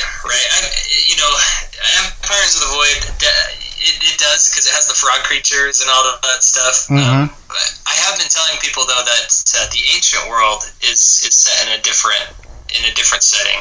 That does make sense. Because it doesn't have the frog people or the hog people or, you know. That's true. But your artwork definitely kind of ties everything together. That's something that Leander and I have both been impressed with. That's one of the things that people talk about when they talk about Red Ribbon Games, is they talk about the artwork. Your artwork. I right? didn't even realize that you were the one that you were the one that drew all that. That's freaking awesome. Like, I tell you that every time I know play you this. do, and I always forget, but that's freaking like, it was on my list. I was like, so, you know, were you involved with the artwork? And Ben's like, he did it himself. I was like, dang it. But that's really, like, I love the artwork. It's so much fun. But that's one of those aspects that whenever people talk about Red Ribbon Games and you guys' games a lot, which is why I kind of wanted to have you guys on here, is that they always talk about Ryan as the one man band. You know, he does it all. He designs. He does the art. He does the publishing, which is true. Beautiful wife. Which is true. But yeah, and a lot of times I don't hear people talking about Malorie's side of it. And from listening to you guys' podcasts is how I really learned that, you know, what kind of a team effort you guys are putting into it. And then when Megaland came out, that was kind of the culmination of that. With her design credit, you know what I mean? So that's something. Yeah, cool. Thanks. That's something that doesn't really get talked about very much. So, you know, behind every person who has a successful thing, if your business grows, there's always a team, right? And so I know you guys have a team. How important is that to you guys? Oh yeah, I mean the team's really important. I mean, it's funny because that story does get played a lot, like, you know, the one man band. But it's true. At Red Raven, we definitely have a team here, and you know, everybody helps. Like, it's funny because game design, you cannot design like a really good game just by yourself. I mean, I can sit in my little office with the door closed and sit there for months and work on something, which I have done before, you know, and like didn't show anybody or didn't play the game. And then after months of work, it's like, hey, it's really good now, and you bring it out and you play it with a group, and it's like, wow, we got to throw like 90% of this in the trash. Yeah. So. Everybody get inside my brain, then you'll understand and how it works. And how do you take that? How do you take criticism from Malorie? Like, is it harder to take it from her than other people? I think, no, well, I would say her comments and criticism are a lot, like, more precise. Watch yourself, right? Well, I know, right? No, what I'm trying to say is, like, they're very precise and they sort of get right to the point. Thank you. She's played so many games that I've designed, and like she knows pretty much right off the bat what the problem is. Yes, thank you. I'm in the same. Yes. Appreciated job here. Oh my gosh! And so then, you know, and he gets so frustrated. He's like, "Well, you could sugarcoat it, or don't be so harsh." I'm like, "Don't you want me to be harsh? Like, don't you want me to tell you this needs to change? This needs to change?" No, I don't. No, not really. We have that conversation. Yeah, I take criticism. I think there are times where I have to make sure not. Like, Ryan has taught me to be more gentle sometimes. Like, there was one time where I said a little piece of feedback that wasn't sugar-coated. I mean, it wasn't terrible, but it was at the absolute wrong moment. And so, you know, I have to learn how she said, I would rather stick a pencil in my eye. That's not the one I was talking about. That one was far worse than not sugar-coated. I believe I was pregnant when I said that too. So like, everything you said that time is null and void. But we also have learned that one of the best parts of having a consistent partner, and I guess I'm kind of tooting my own horn here, but like together we've kind of learned that it's really nice to have me helping Ryan because I learn what he needs and what is really helpful for him as a designer. So he doesn't have to sort through like 10 million useless comments from me. There might be a few that are useless and a few that are helpful, but like I've learned how to be more efficient in my feedback too, so that he doesn't have to just listen to every opinion I have. I can give him the ones that I know might be most helpful. And that's great. So it's nice to have a partnership. Absolutely. And the way that you guys have designed games, you know, a lot of the games in the series, seeing as how they're sort of tied together in this universe, and there's a lot of mechanisms that get not necessarily repeated, but I wouldn't say, not saying that in a bad way. I'm saying that the games tend to build on each other. So from from Above and Below to Islebound to Near and Far, there's definite progression of, if you've played one of those games, you're going to be familiar with some of the mechanics in the next game. There's just going to be a little bit more icing on the cake, So that idea of repeating those types of mechanisms and then iterating on them also will make it easier for as far as any of your playtesters and Malorie and any co-designers or whatever, helping out for we know how this works, so let's refine this even more. What problems came before? Have you seen that as is that a thing that you do intentionally in your games? Because what I found about it is if you've played one Red Raven game, for the most part, you're going to not be completely unfamiliar with the next Red Raven game. Now, I would say that some games work better than others paired up like that. Maybe City of Iron goes with Empires of the Void 2 a little bit better, those mechanisms, you know what I mean? But definitely that trilogy of Above and Below and Islebound and Near and Far, they feel like just iterations of that same type of concept, only you're telling a different story with each game. Is that intentional, or is that just kind of come out of the design process? Yeah, it's interesting. They definitely are. It's like a progression, and it's what happens is I get interested in sort of trying different iterations of mechanisms, and so I think it's we have this same mechanism, but what if we twisted it and tried this other game, built another game around it? And I think that's fun to do, kind of as a designer.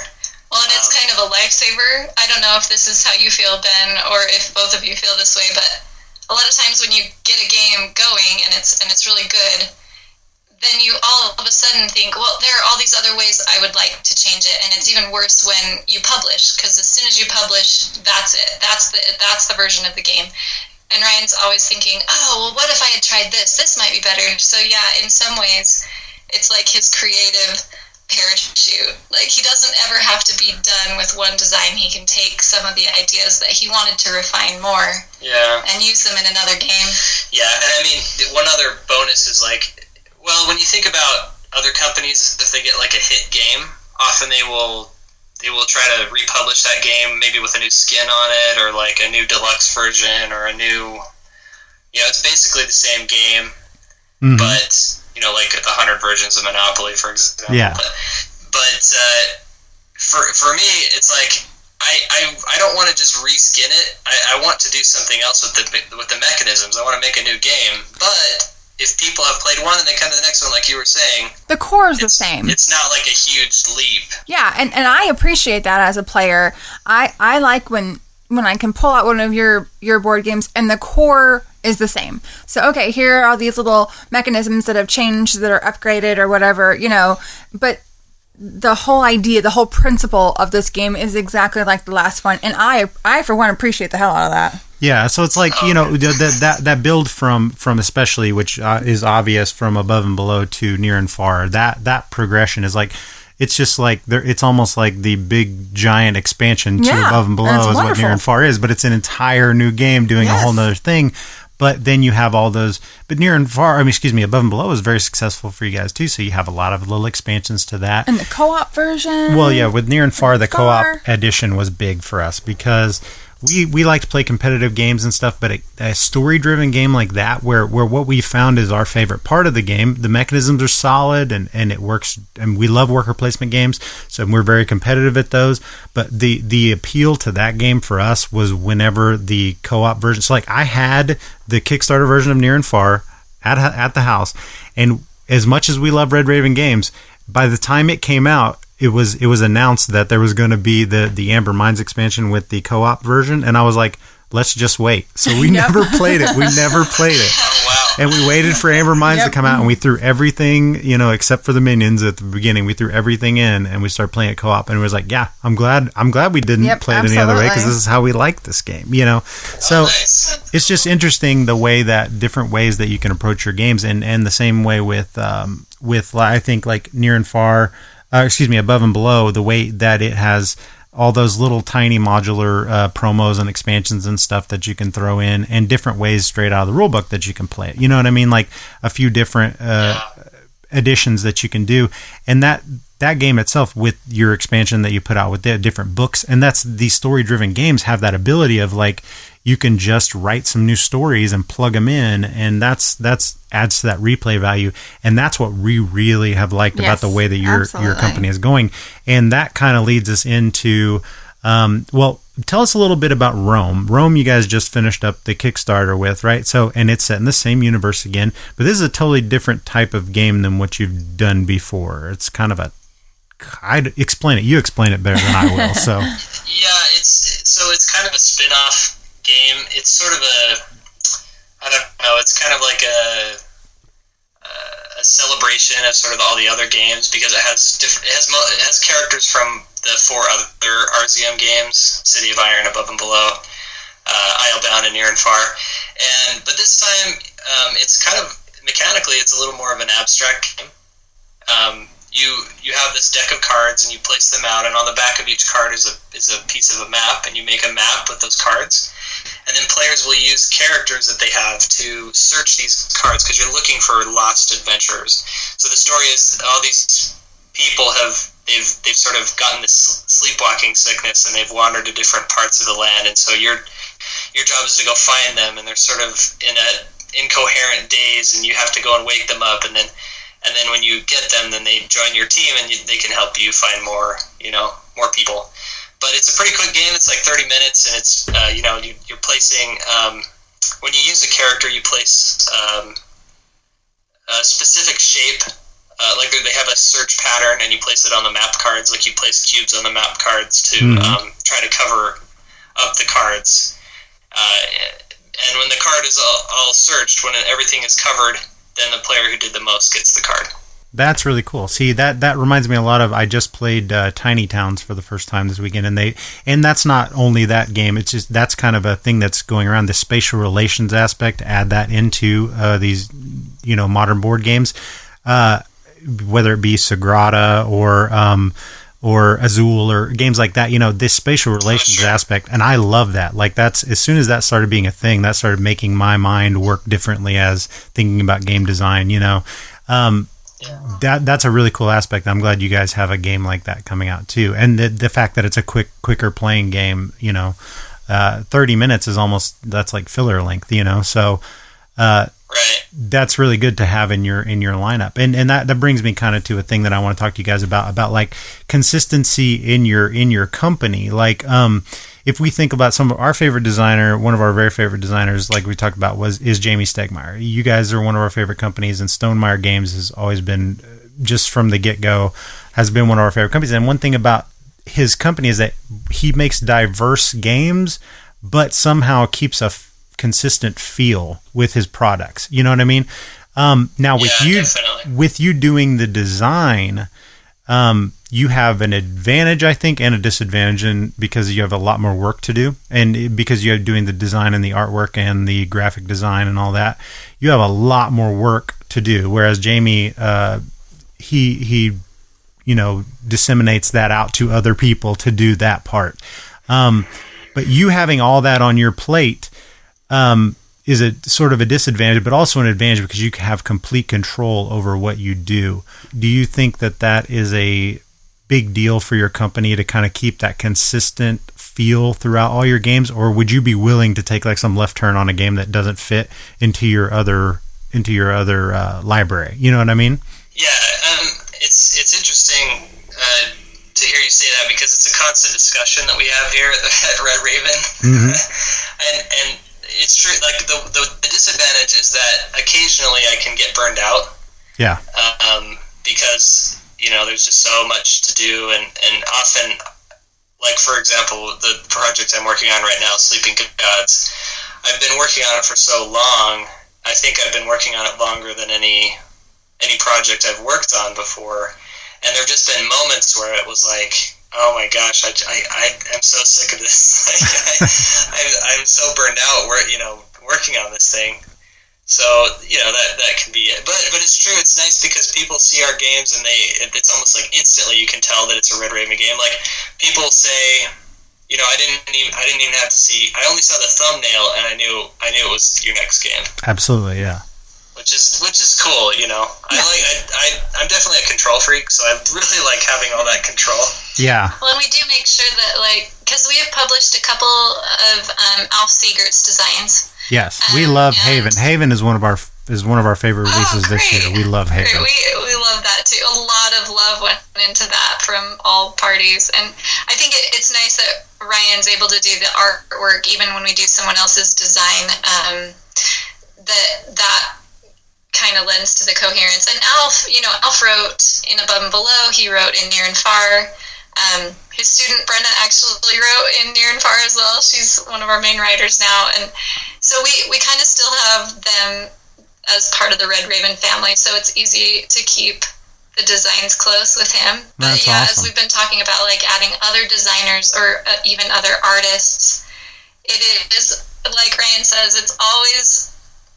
it's a delicate balance. It's a tough choice to make sure that the brand stays consistent. And that was one of the questions that I had written that I didn't know if we would get to, was I know that Ryan has done artwork for games that you guys did not publish. Ryan has done artwork for other designers that you guys did publish. That's what it kind of made me think, would you publish another game that maybe Ryan designed or you guys designed that he didn't do the artwork for? That's the real test of the brand, I guess. Kind of could you do that? You know what I mean? Well, I will tell you, we actually are going to publish a game that I did not do the art for. Really? Yes, and I think it fits right in with our lineup. I think it fits. It definitely looks like a Red Raven game. But am I going to be able to tell? Really fantastic artists, so we have no. Yeah. So we're trying that out. Yeah, we're going to try it, see how it goes. Am I going to be able to tell it's a Red Raven game just by the box lined up in our 300 or 400 library we have behind us? Yeah, we do have our Red Raven section. I have a whole section. I don't even have to see it. Well, that's Red Raven. That's Red Raven. Well, I'm not sure. Remains to be seen. Well, that's interesting, because I was curious about that. Just because it's an interesting thing to me to see what you guys have built, to this point, and then where do you go from there? That's an interesting thing I like to talk about. I don't know how interesting it is to anyone else, but to me, it's very interesting on the not only business side, just your personal feelings on, and like you said, you're a control freak, and I'm interested to see how people that can accomplish creating things to a volume that you guys have consistently been creating, and how it is to kind of loosen those reins to expand. You know what I mean? You're interested because you're trying to do it yourself. Well, yeah, I'm interested. It's very interesting to me, the psychology of it all, of how does it benefit your brand, or just how interested are you in trying to do those things? It's not even necessarily about your brand. I'm sure it is in the bottom line, but just how interested are you to branch out into different areas? You know what I mean? And that interests me, as far as just seeing what creative people are willing to do, because I am like that. I'm a control freak as well. And so it's but sometimes you have to be called on your stuff and be like, yeah, maybe We're going to the Stonemeyer game day in St. Louis. When is that? In September. And I asked him, he's planning on bringing 2 of his newest games that he's developing that we're still playtesting. And I was like, so what would happen if someone was like, hey, I want to buy your design, but they want to just take it and do their own thing? And he's like, I don't think I can do that. Well, wait a minute. Definitely, I can understand that. I think that's you touch on a very important point. I don't think Ryan would ever be able to give away one of his designs or one of his worlds for someone else to do what they want with it, unless he really, really, really trusted them. But as far as taking other artists or other designers, it's almost like dating. You don't have interest in every person out there, but when you find someone who interests you, then you want to spend some time with them. And we've been able to, we've got enough friends that design and enough opportunities to play other people's designs that we've been able to kind of court different designs and choose them once we feel like there's something that does fit really well. That's a great way to put it. That's really cool. And I think that the one benefit of that could be that you guys would be able to possibly release more games per year, because if you're not doing the lion's share of the design and artwork and things like that, then, just doing the publishing side. That being said, like, you guys have, I believe, kickstarted every game except for Megaland. Is that correct in your catalog? Yeah, we did not kickstart Haven. Oh, that's right. That's right. Klondike Rush. Oh, okay. Yep. That's true.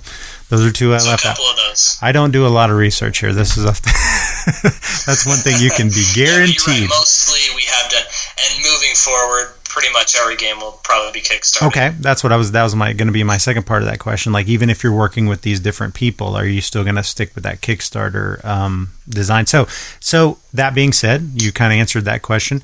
Let's talk a little bit about Sleeping Gods, because I want to know about it, because I only have seen a few pictures, and I'm really curious about. I've heard it's a narrative style game in the continuing on in the near and far vein, and that really excites both of us.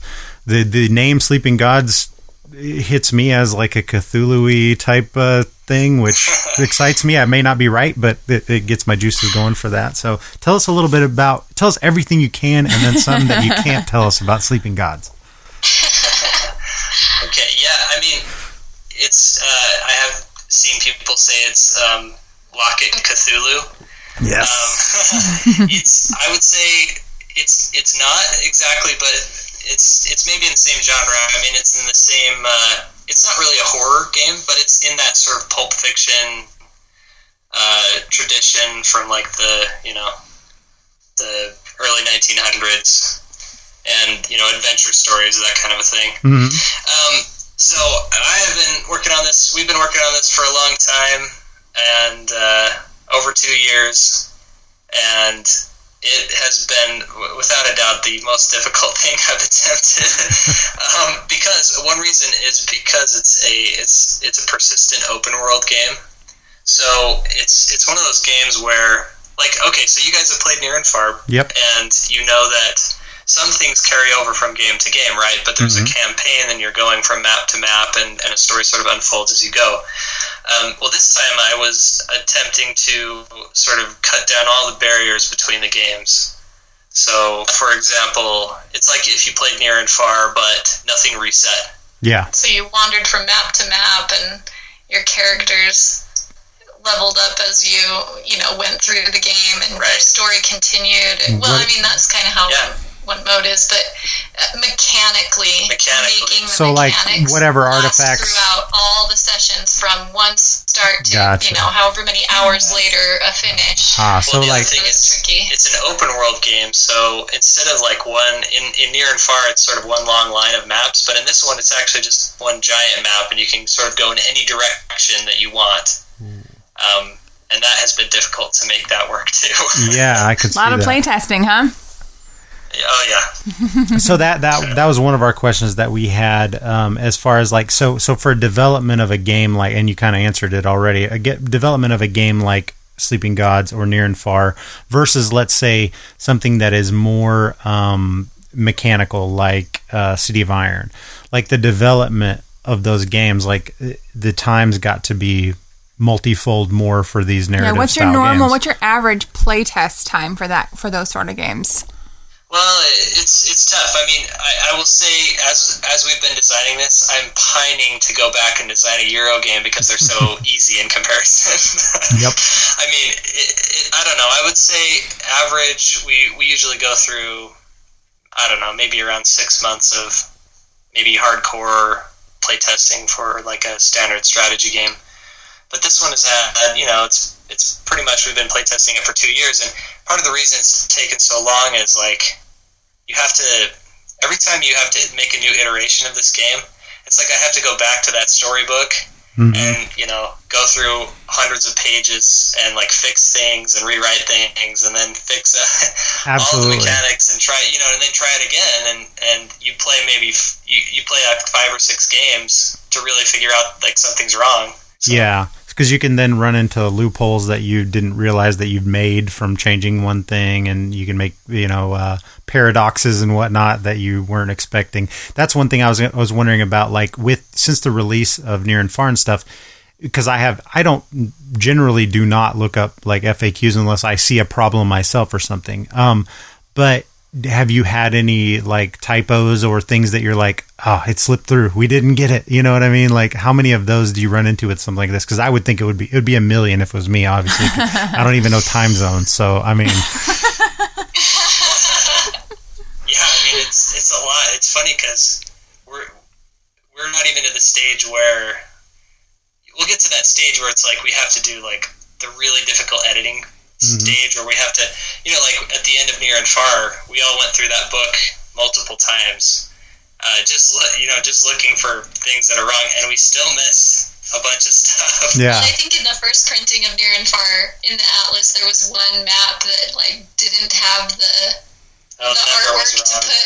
It was like we didn't have the art slot to put the threat card deck on, and we were like, we missed it. So we were so glad that we got to do other print runs of that. You don't just have one and then you can fix it for the other ones. But yeah, we run into some things like that. It's difficult. I mean, with these narrative games, it's like you're designing a game and you're writing a novel at the same time. Absolutely. That's tough. And they have to interact. And it's not only a novel, it's like a choose your own adventure novel, so which are already hard, inherently more difficult. Which option are you going to choose? Yeah. A through D? Oh, crap.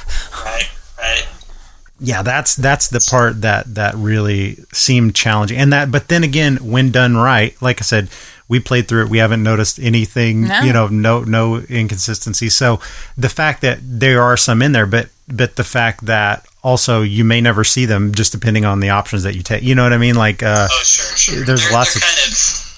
they're kind of in the corners of the game. Like, they're there though, so that drives you crazy. You know what I mean? Like, but that taking on that sort of grand idea is it's commendable, and you know what I mean. Like, and I think that the end consumer, gets the benefit of that, regardless of any tiny mistakes or anything like that. Like, you can see that love is put into those games. That's the biggest thing that we really, really like about Near and Far, is that it's a kind of game that doesn't exist otherwise, really, and it's that narrative style. We started out as RPG players before we got into board games, and this kind of gives us that feeling that no other board game does in that way. So we just like to thank you guys for making a game awesome. Well, and thank you also for messing with the schedule and taking time to meet with us today. We sure do appreciate it. Yeah, we don't want to keep you guys forever. I'm really glad but... you guys reached out on Twitter. That was pretty funny. Our little interchange back Oh yes, I did a thing which I think I talked about it before on the last episode. But the thing is, like, I'll apologize first of all, but I have I tend to just say whatever I want on Twitter because I don't care, and I always thought I was a pretty nice guy until I've been told I've been told I'm a troll before, but in a nice way. Like, I'm a troll in the way of like I think I'm more of a Justin Bieber type troll, What the hell does that mean? Or no, Justin Timberlake. Sorry, I don't want to be a Justin Bieber troll. I want to be a Justin Timberlake troll. God. No, I think I put a message on there one time right before we released our episode reviewing Near and Far, because I tried to get an interview with you, Ryan, several times, but I don't know if I was going to the proper channels. I was emailing the contact us stuff, and I just didn't hear anything. And I was like, well, maybe he just doesn't do, because I've heard you guys podcast, but I hadn't heard you on a lot of other podcasts. I don't think I ever have, actually. So I was like, maybe he just doesn't do interviews. I don't know. And then I was like, but plus maybe he listened to our podcast and he's like, no, that's not for me. And I was like, no big deal. No big deal. And I wasn't butthurt at all, but I was also, then when we were releasing the episode, I said, even though Red Raven won't give us any love, wink, wink, because that's my way of like, in real life, you say whatever you want and then you just say, I'm just kidding. Just kidding, and that's kind of like the internet's version of that is the winky sign. So no, but it was all in fun, and that was months and months ago. And then I guess Malorie started getting on Twitter lately, and she noticed that. After all these months later, she like noticed it and then got in contact with us, which I thought was really cool because I was like, because I figure like Leandra has nothing to do with our social media at all, and I'm like, Ryan probably doesn't even look at this crap. He blamed this whole thing on me. So the whole time changed, the whole thing. He was like, well, I told you to get a hold of Malorie and set it up. I was like, listen, you can't blame the fact that you don't know a time zone on me not handling the meeting. I can. I mean, it didn't work. Well, I'd say the real truth of it is that I'm kind of the absent-minded professor. Mm-hmm. And not, my head's just so down in my board game design that I often am not great at communicating, and I often miss things and they fall through the cracks. So, hey, I know that. You guys, you hit just the right chord because I'm a natural people pleaser. So as soon as I saw that, I was like, wait, we missed a chance to give some people who like our games some love. Like, how can we live with ourselves? So it really worked out well. Yay for us. Trolling worked for once. No, thank you guys very much. Though we will wrap this up by saying, we have more questions, but I don't want to take up too much more of your time. But plus, Leandra's getting very sleepy. I am. It's an hour past my bedtime. The people that listen to this show are totally used to this. I know.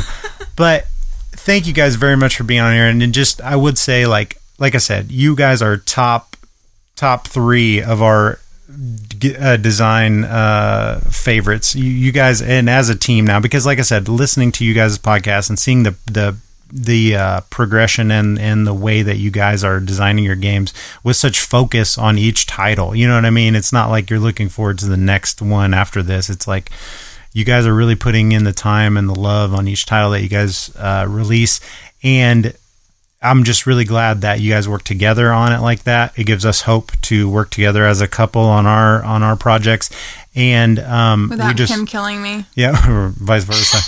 And we like to see that working, you know what I mean, in this industry. I think it's a really positive thing, and just once again, thanks for being on the show. We really appreciate it. Yeah, thanks a lot. It's our pleasure. Yay. We can't wait for the next Red Raven release. We're going to play some Rome, and then hopefully soon we'll hear some more about Sleeping Gods. Is there any release date for a or Kickstarter campaign or anything on Sleeping Gods yet?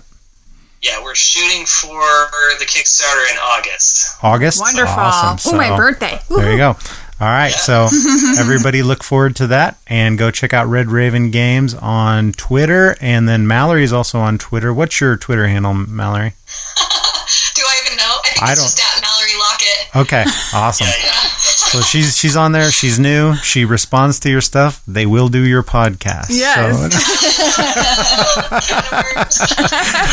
Thank you guys a lot. Thank you guys so much. Have a good night. We'll talk to you later. See ya. All right, we're back. Hope you guys enjoyed that interview, and we were very happy to have them on. And now we move on to the Meeple of Madness Music Minute. This week, Leandra has relatively new music. Relatively, for me anyway. Only 3 years old, Only right? 3 years old. All right, so what's your pick of fantastic music that people should listen to? Well, I'm sure, I don't know. You said it wasn't on the radio. I don't know if it was or not. I never heard it, but then again, I mean, this is 3 years ago, so I thought it was a brand new song. I'd been hearing it pop up in like my random stuff on like Apple Music and stuff. So No Roots from Alice and Merton, 2016. So I fell in love with it as soon as I heard it. I don't even know how I heard it. Oh yeah, it just popped up on my Amazon Music, and I was like, "What is this?" Same thing. I don't know which one of her songs popped up. It might have been that new one, which is Why So Serious, because I've heard that one a lot, but I checked her out and I like that whole album that Roots is on. Yep. That's a really good one. So she has new music out, like right now. The newest one in this actual year is Why So Serious. Wasn't as good as New Roots in my opinion, but I still think she's great. Awesome. And it's perfect to play when you're playing Root, especially because Lee's anthem is No Root. She doesn't want to play Root anymore. No Root. I love Root, but I've already got lined up some Root games at Geekway because you don't want to play it anymore. So here is Leandra's pick for the week. No Roots by Alice Merton. We'll be back with my pick. I like digging holes and hiding things inside them. When I grow old, I hope I won't forget to find them. 'Cause I've got memories and travel like gypsies in the night.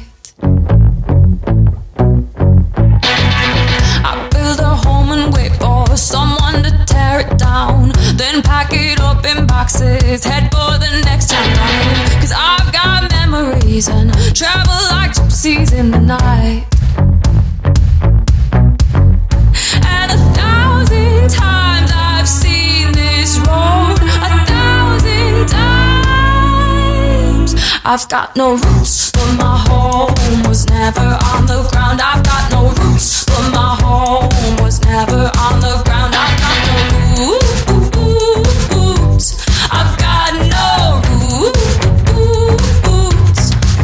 I've got no roots, but my home was never on the ground. I've got no roots, but my home was never on the ground. I've got no roots. I've got no roots. All right, that was No Roots by Alice Merton. Leandra's very good pick. I like that song. Thank you, babe. We heard that's interesting because that's one of those that we heard independently, and I like that song, and I was going to tell you about it, and then you're like, hey, you should hear this one did song. You hear this song? It's like, yeah, I like that.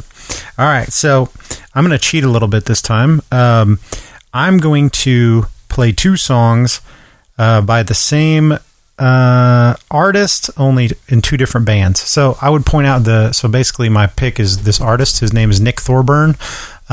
He's an LA-based songwriter and musician who's been in several different bands throughout the years, indie bands. So like he is like the indie darling of, in my opinion, like he makes the circles in like comedy, the comedy circles, as you hear him on like Comedy Bang Bang podcast and some different Earwolf stuff. That's where I first heard of him, and then started listening to his music, and turns out he's been in that kind of scene, that alternative music / comedy scene for a long time, since the 90s in LA.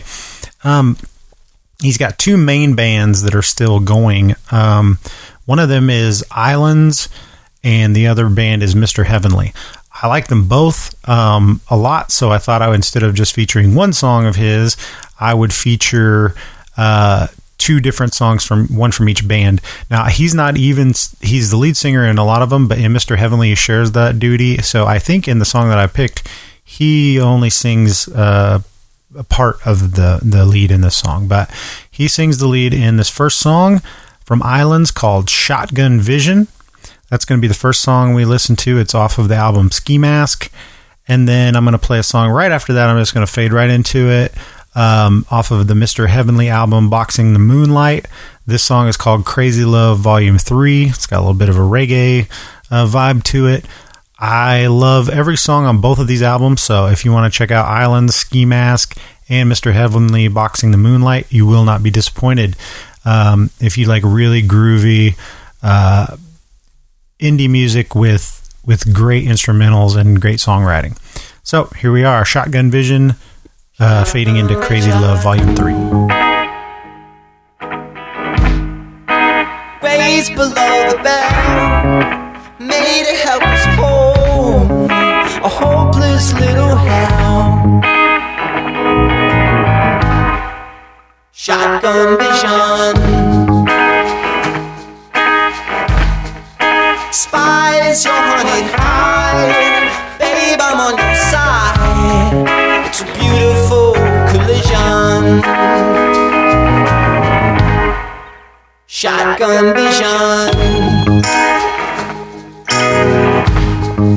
shotgun vision.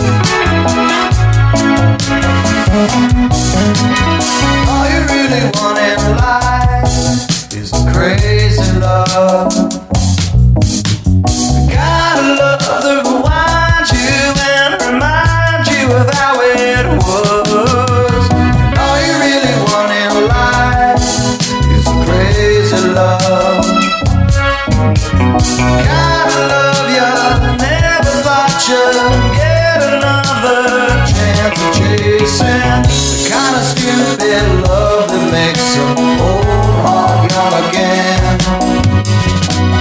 It drives you off the wall, makes you wanna pull your hair out. You're dreaming, your body is drifting beside a light that is lost. You wanna raise a building of empty rooms you're always filling with your heart as a hurt. There's no hope in return. Now you're getting sick of searching for the source of what is happening. All the embers you remember would dance behind your eyes. And all you really want in life is a crazy. And there you go. So those are our music picks. We've got Alice Merton, and then we've got Nick Thorburn in Islands and Mr. Heavenly. Both those bands are amazing. So check out all three of those artists and give them all your money. Buy all their stuffs. All right. So now we're on to everyone's favorite part of the show.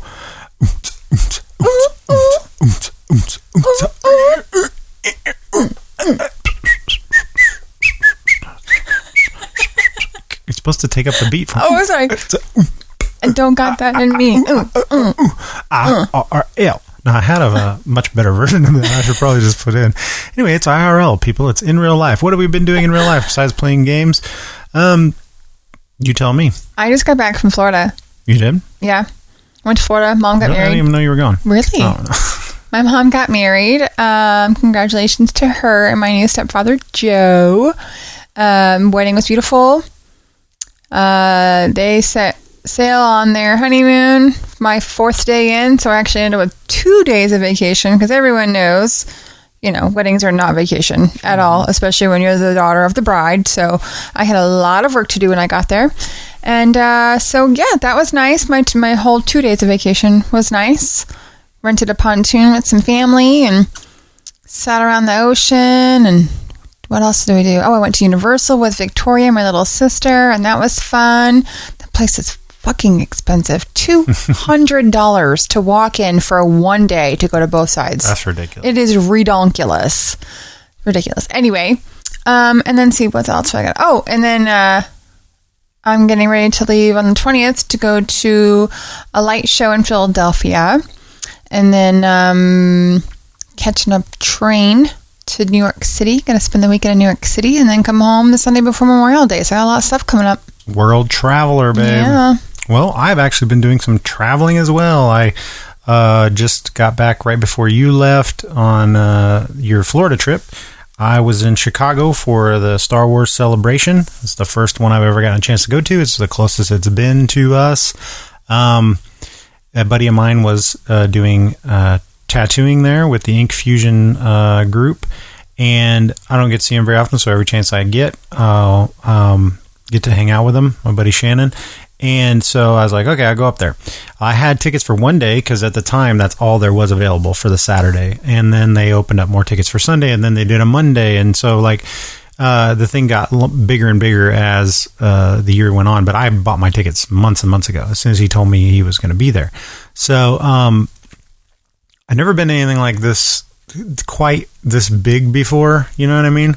I knew what to expect, a lot of cosplay and whatnot, but and all in all, I would say it was everything you expect it to be. But like most conventions for me that aren't focused around, like board game conventions for me is why I don't really care about Gen Con, because Gen Con seems like a lot like what Star Wars Celebration was. It's like we're celebrating that we all love board games, but also what it's really about is like spend all your money on board games, because everything is here that you would ever want to do, all the new releases, everything. But it's more about that than about the playing of the board games and stuff. That's what Gen Con's about. I prefer cons that are more about the playing and the doing the things.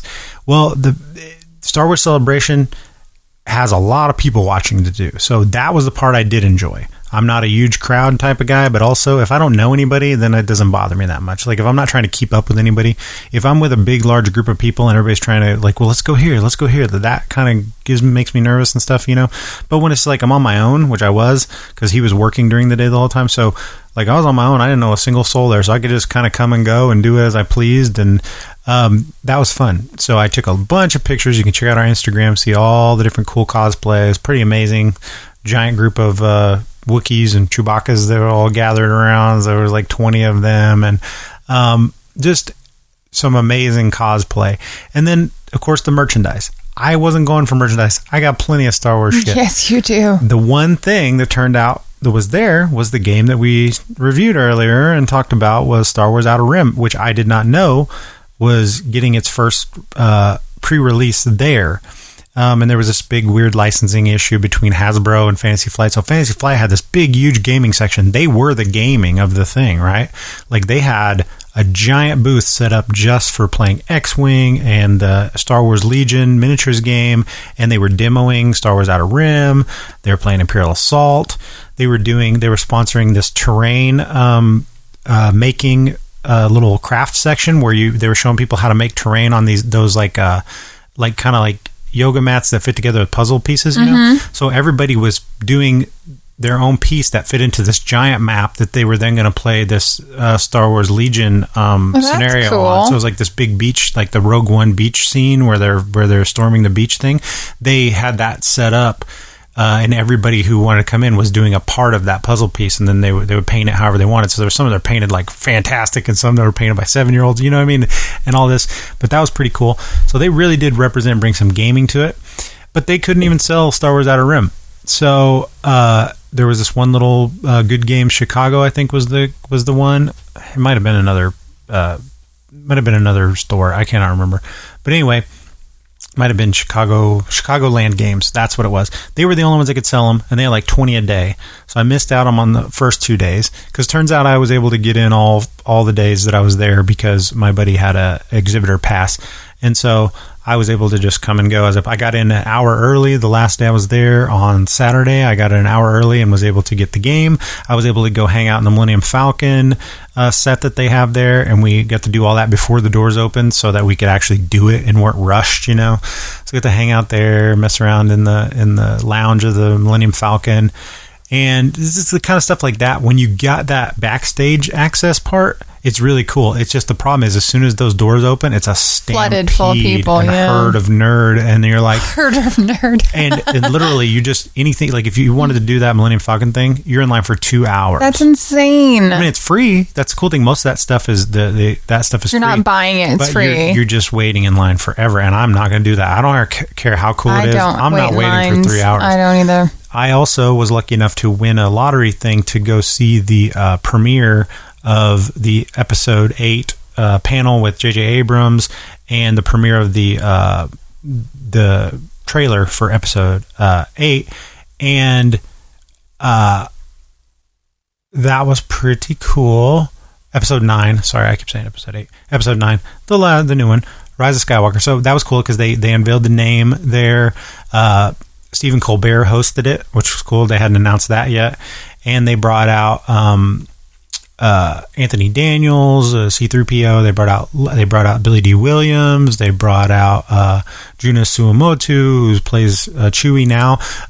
Peter Mayhew was there, but he wasn't on the panel because he's actually not in the movie because he doesn't play Chewie in the movie. Let's see who else. Poe. I can't remember his name right now, but the guy that plays Poe Dameron was there. The guy that plays Finn, the Rose, Ray, all of them were there.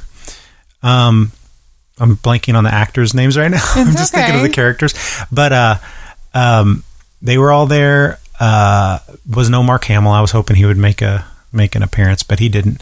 But then they did the reveal, which was really cool, and they had R2 come out, and they had BB-8, and then this new little droid that's in the movie called D-O, so D-O, and he was out there rolling around on stage, which was pretty cool, and so that was fun. That was exciting. People were losing their shit during I bet the trailer and whatnot, so that was pretty cool. And I mean, as far as a convention goes, it was everything I thought it would be. but that it kind of lived up to the hype because it didn't disappoint, that's for sure. But again, if you're not there to just buy a shitload of stuff, you start seeing that, well, what my options are just stand in lines all day long. Mm-hmm. There were literally people the first day that I went to the bar afterwards and we were talking to people, and they stood in line for the store. There's a whole section that's just a store that has exclusive stuff. That's all. The only way you can get it is to come to this thing. And it's just shit like enamel pins and whatnot. People are going crazy for these enamel pins. You know that at like Disney World and stuff. Yeah. Same thing here. They're going ape shit over these enamel pins, and you can only get these certain. Do they do like the trading at the convention centers like they do at Disney? But like to get these certain pins, like so Fantasy Flight had a certain pin, and these other all these different booths had certain pins. But people were waiting for 4 to 6 hours in line to get these freaking pins. But these people stood in line the whole day, 12 hours to get into this store. My just God. To then spend all their money. That's insane. Once they got in there, it was like so that part of it. That consumerism part of it, you know, to me is a little bit like, I don't know. I mean, that didn't grab me at all. I didn't buy a single thing except that game. I know you didn't even bring you back a souvenir. Well, I always bring you back souvenirs whenever I go traveling, and you didn't bring me back anything. Well, I didn't have any room in my luggage either. Not the point. I literally traveled with a backpack, and I bought myself a bandolier like Chewy. I bought myself a Chewy bandolier, and that's all I had. So it was really light traveling. Let's see, Maggie. Yep, Maggie's sneezing. So that was basically it. That was my big trip to Star Wars Celebration. It was really fun. Got to hang out with my buddy and meet some new people. Hang out with a bunch of scuzzball tattoo artists and whatnot. and then next week I'm headed to Geekway, so I'm sure I'll have a lot to talk about Geekway. I'll do probably a whole little wrap up thing on all the games that I played there, and I think that's just about it for this episode. That's it. Babe. Let's wrap it up. All right, let's wrap it up. I think I've successfully worn you out, even with all that coffee. You and have. Everything. You're ready to go hit the bed now, right? Yeah, I am. And go back to fulfilling your Mother's Day wish of staying in bed all day. Which I have not done. We'll start it at 3 o'clock or whatever. Yeah. All right. So that's it for episode 32 of the Not Safe for Worker Placement podcast. We'll be back next episode with some such other things having to do with board games. I forgot my catchphrase. You did forget it. But coming down out of the stratosphere, I see a wee little Jedi in tiny Jedi robes. He's approaching us, and he has some sage advice, Yoda style, to tell us. Hey, Maurice, what's up, man?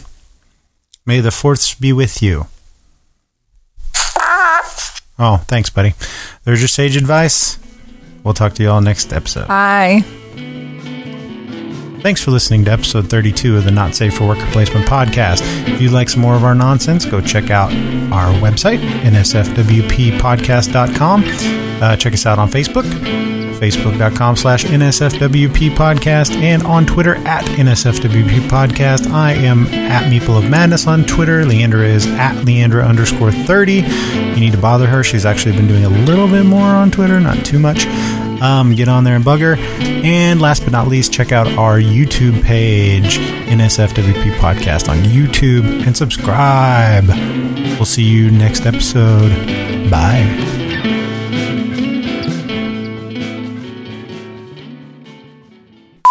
All right, give me a testes. Testes. I don't have any testes. Testes 1, 2. That's what you do every time when we do this. Well, we always say testes, and I don't have any.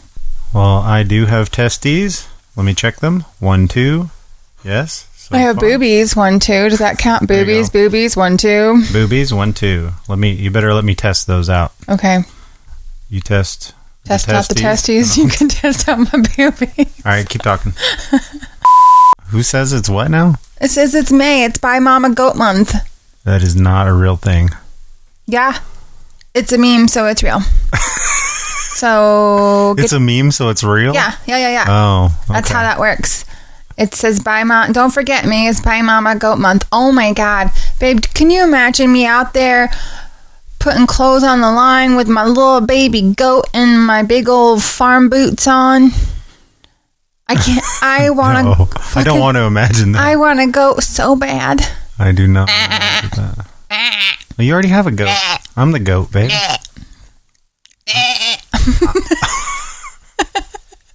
I want to. This is how you sound when you burp. It's the same thing. No, it's not. Dude, it's a meme. Memes mean they're real. Don't Memes, forget. Don't meme that. Meme. I don't think you know what they meme. Jesus.